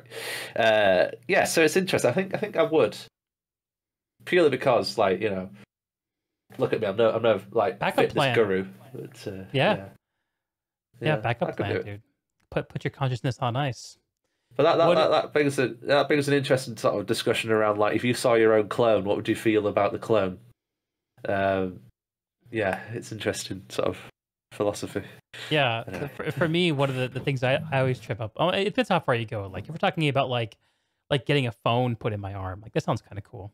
Like Yeah, something I could still tap out, like have I got like a feedback and a touch screen or whatever. Some way to do it. Skin screen.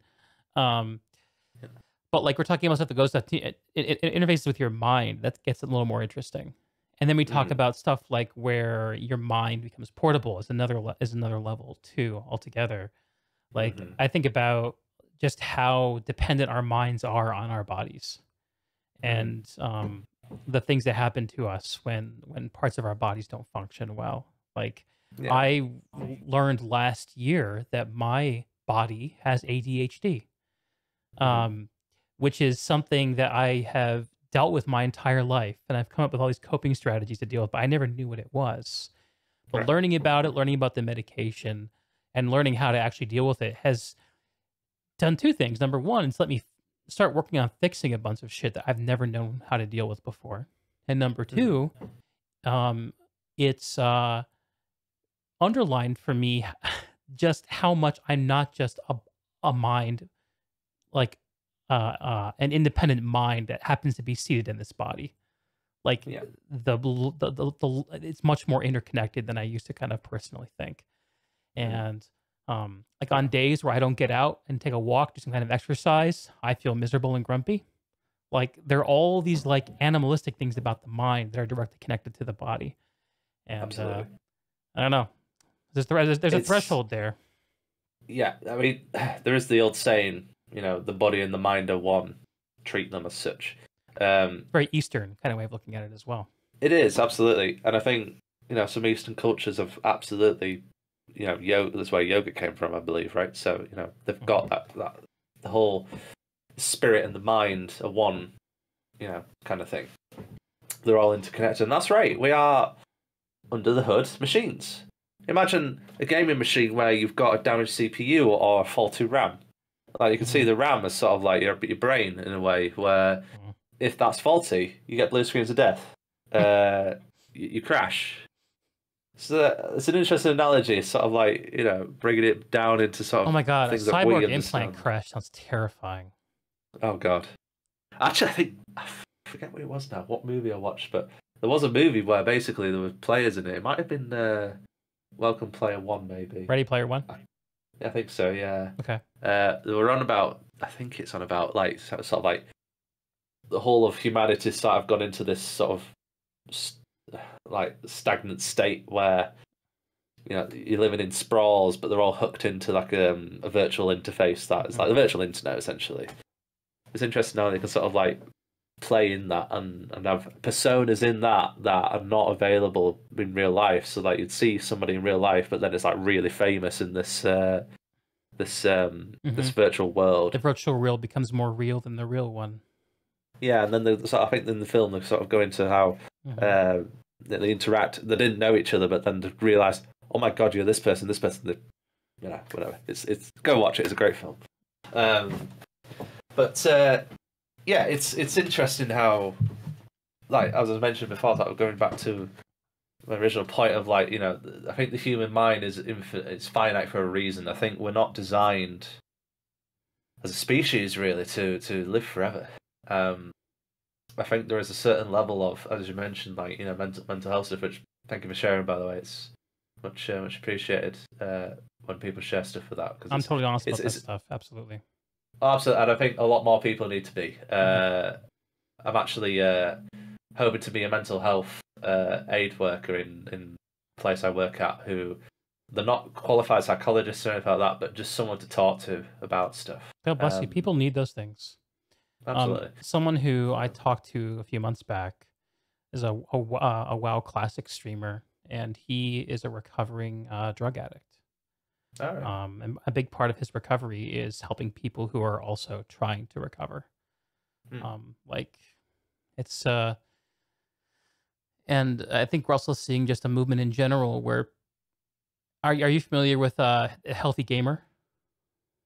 No, but go on. A Healthy Gamer is a Twitch stream and YouTube channel. A Harvard-trained psychiatrist, clinical psychiatrist named Dr. Alokanochia, I think his name is. Dr. K he goes by. But he's kind of having this incredible thing where he's popularizing mental health among gamers and people who consume streaming content in particular. Mm-hmm. Yeah, which I think is very, very cool. What motivated you to kind of take that on, the mental health assistance stuff? A lot of it is down to my own experiences. So, like, you see me right now. This is, the normal me. Whereas, everyone has, and I've said someone to this who's probably watching this stream right now recently, saying that everyone has the peaks and troughs. Like, you see people on a good day, and this is me on a good day.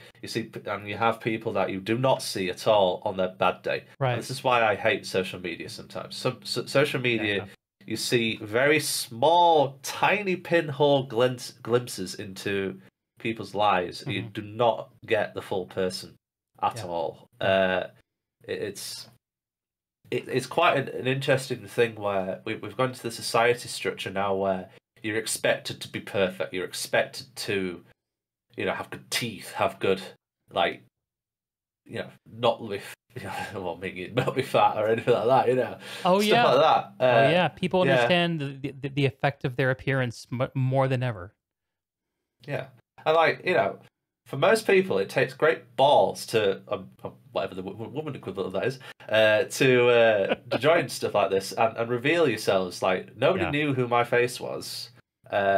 Obviously, people know your face because you do it quite regularly. But this is I guess the first public appearance for me in terms of video. It's your face coming out. Welcome, Maelstrom's face. I guess so. Yeah, I guess so. Yeah. I mean, people. It's a pleasant face. I don't mind it at all. Oh, thank you. Flattering, thank you, darling. It's an interesting social commentary, really, but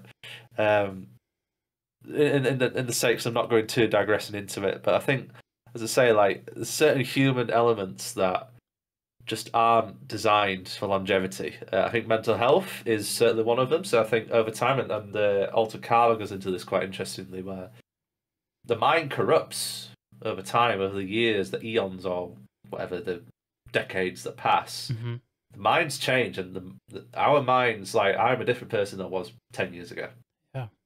Like, 10 years ago, I was an arrogant cunt, I guess, where, I thought I knew better than people that above me and stuff like that in positions and all that. Mm-hmm. Whereas, and truth be told, the previous version of Ps4 Alerts back in 2015, that was a bit of an ego stroke, I'm not going to lie. Mm-hmm.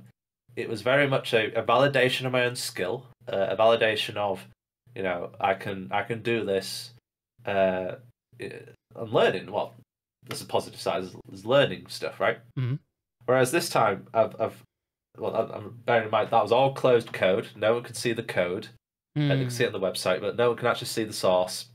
No one could actually replicate and copy what I did. I made very, very poignant point to make it as difficult as possible for people to replicate. Oh, interesting. You really obfuscated it. You really kind of treated it like you're precious.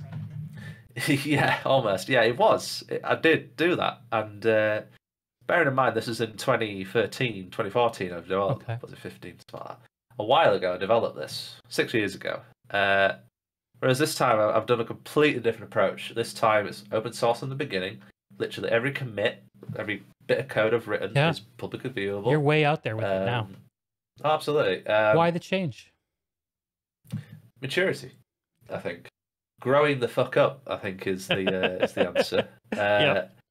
It's less more of an ego stroke now, and more a passion project, and that I see a bigger picture now.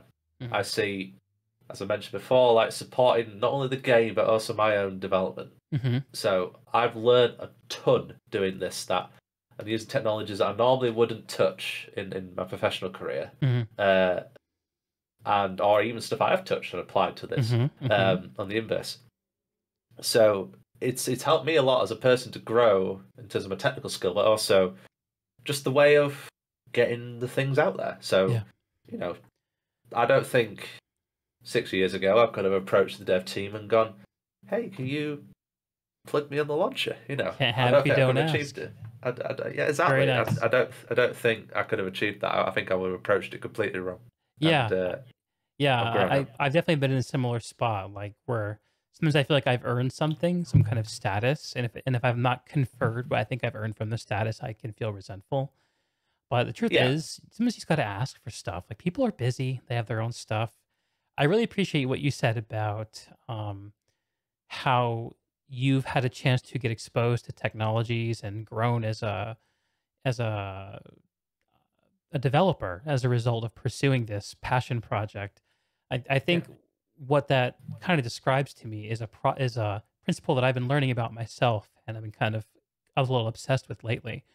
An Eastern concept called Dharma, which my layperson's understanding of is basically it's like a pursuit that you're called to that is based outside of yourself, but then by passing through the pursuit, you yourself improve.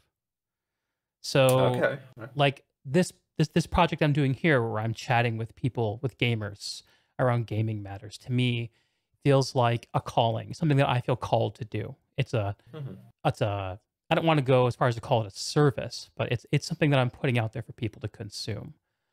And in order to get to the point where I'm doing this, I had to work really hard on getting the stream set up, figuring out what the hell I wanted to do, and doing a bunch of work on the back end to be able to back up what we're doing here live. Actually, in a lot of ways, talking in Planetside is very comfortable for me because I'm a planet man. I don't got to do a lot of work to show up and talk the talk when it comes to Planetside. What's scarier is doing other games or other kinds of content that I'm less familiar with. Yeah. So, but for me, doing this thing that I like doing for people calls me to do something that is actually the right thing to do to improve myself as well. I think that there's a kind of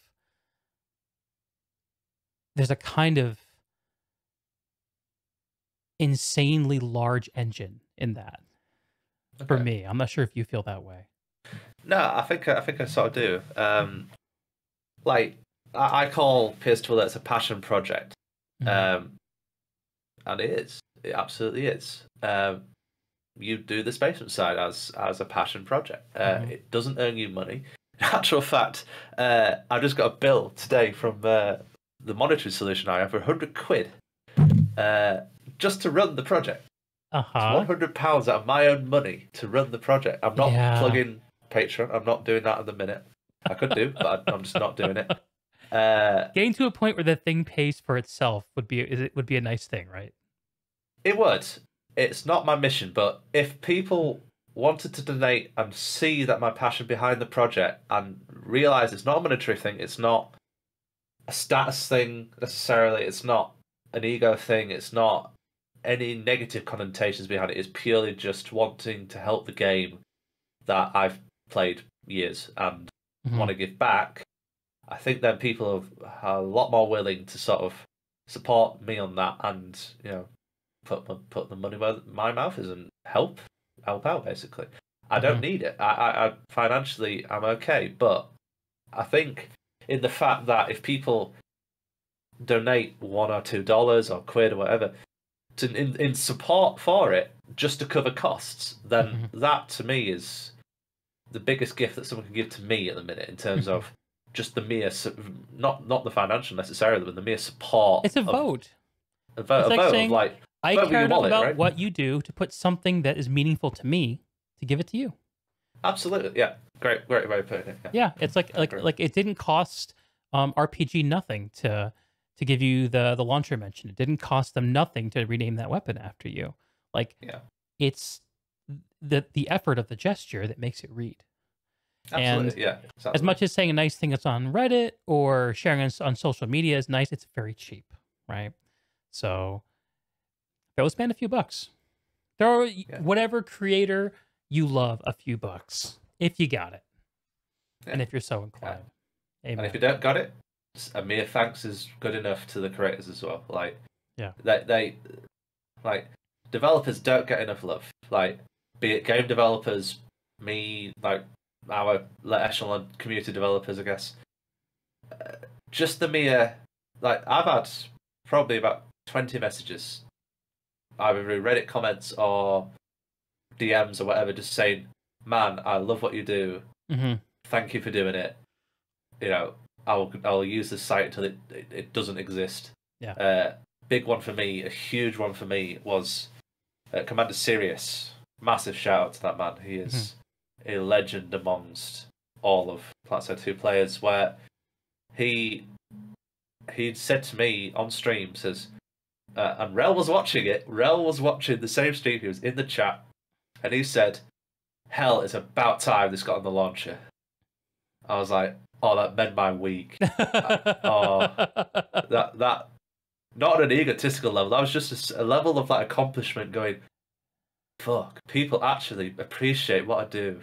Yeah. And I was looking at the analytics for the amount of users that have looked at the site when it went to the launcher.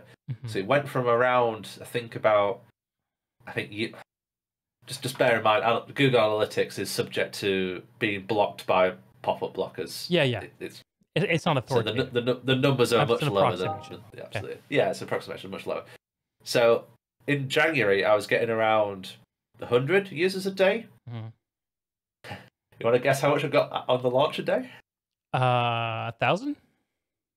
1,720 something. Holy shit! So that was like, I think something in the region of like 700% more than in February. That's crazy. You said that was on the first day? That's just the first day. That suggests to me that there were like at least 1,000 people who clicked on that from the launcher. Holy shit! At least. Well, 1,700 people. I was looking at it real quick now. I had no like. I knew the launcher was actually important. Like I've known that, but I did not dream that it could get that much attention. Because I mean, we've said it. How many people actually play Planetside every day? According to Steam charts, it's like a few thousand. So that suggests that like a very large percentage. Well, to me, very large, seeming like half of people who went through the launcher actually took the time to click on a link and check it out. Absolutely. Yeah, it's as I say, it was. I had two emotions when that happened. First of all, holy shit, and secondly, three emotions. The first was that a surprise. The second was, oh god, everything's melting. Oh god, I need to scale up the database. Oh god, oh lord, there's so much traffic. And also, the third emotion was, I was feeling really humbled that, as I mentioned before, the give and take scenario where the devs took a risk. It could have totally flopped. It could not took the load, and for about an hour it didn't. Where the site would just be totally broken, and the devs have therefore endorsed something that is complete pile of shit. They took a risk there.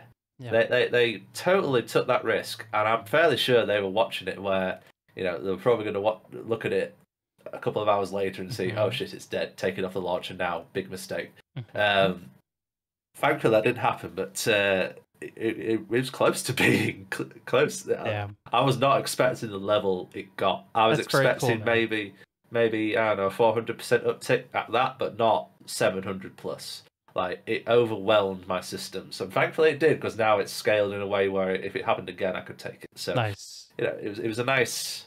You could argue that you should have load balance tested it, but at the same time, it's a pet project. I don't have that finance. Yeah. So yeah, it's one of those things. It happened, and I learned from it. It's one of those things. You're just not going to panic. You're just going to fix it and fix it right. But as I said, like it was a massive leap of faith on both my end and their end, and I'm just humbled by it that they did it. It took a while. Not going to lie. It took a while to get it sorted, but but eventually it came through, and I'm glad it did. There you go. So yeah, let us all be humble about the things that we all do for each other. I think that's a good message. And that's the thing, because we're such a small community that we need to look out for each other. And like the exact thing we're doing right here, right now, is part of that, right? So it's. I hope so. It's helping others see how close to the knit we all are. Like the Planetside community does have a bit of a rep for being a bit toxic, but there are a few gems of the community that do give a shit and do actually put in their own time. Mm-hmm. They don't get any kickbacks from maybe the streamers do. I can't comment on that, but most of us don't get anything back apart from the players sending their love and occasionally the devs. Well, it's not about the money for people who put in that kind of effort. At least, I mean, people who stream professionally, that's something else altogether. But for most of us who are doing this in our hours after our day job, after we put our kids to bed, after all these other worldly commitments that we all have to deal with day in, day out, classes, exams, COVID, all this shit. We're all taking time and energy out of our lives to help make this world better for ourselves and each other. And we're all just people. And we should all be so lucky to have folks like yourself who are out there making stuff like Planetside 2 Alerts. Ps4Alerts.com. Go check it out, y'all. I think that's a good place for us to leave it, brother. Why don't you let folks know where else to find you besides your fine website? So I'm on Twitter at Maelstrome26. Good luck spelling it, but I think it's on the stream there. Yep. And also on Reddit. I'm very active on Reddit, Maelstrome26 as well. There's also the official Planetside 2 tracker account, the Twitter account, which you can, if you want, get hold of me of, but also there's updates for my project on that as well. You can also contact me on Discord. There's either my personal Discord if you want it. It's Maelstrome26 with #1337 because I'm so mature like that. And also the Ps4 Alerts Discord. You can find the link on the website. So if you want to get hold of me there or any other place, great. That's where you get me. Right. And as for me, I'm Deeg. This is Basementside. Deeg TV on Twitch, Deeg BS on YouTube, Deeg Thoughts on Twitter. Just search for Deeg. And thanks, man, for coming on. This has been a fun conversation. Yeah, it's been great. Thanks very much for having me. All right. Thanks, everyone, for watching. I am also back on Monday nights doing a solo stream talking about gaming industry stuff, if you want to come check it out, and having interviews as they come up. If you want to suggest anyone to me, shoot me a note or just tune in when they happen. And that'll be great. Thanks, everyone, and have an awesome night. That's good.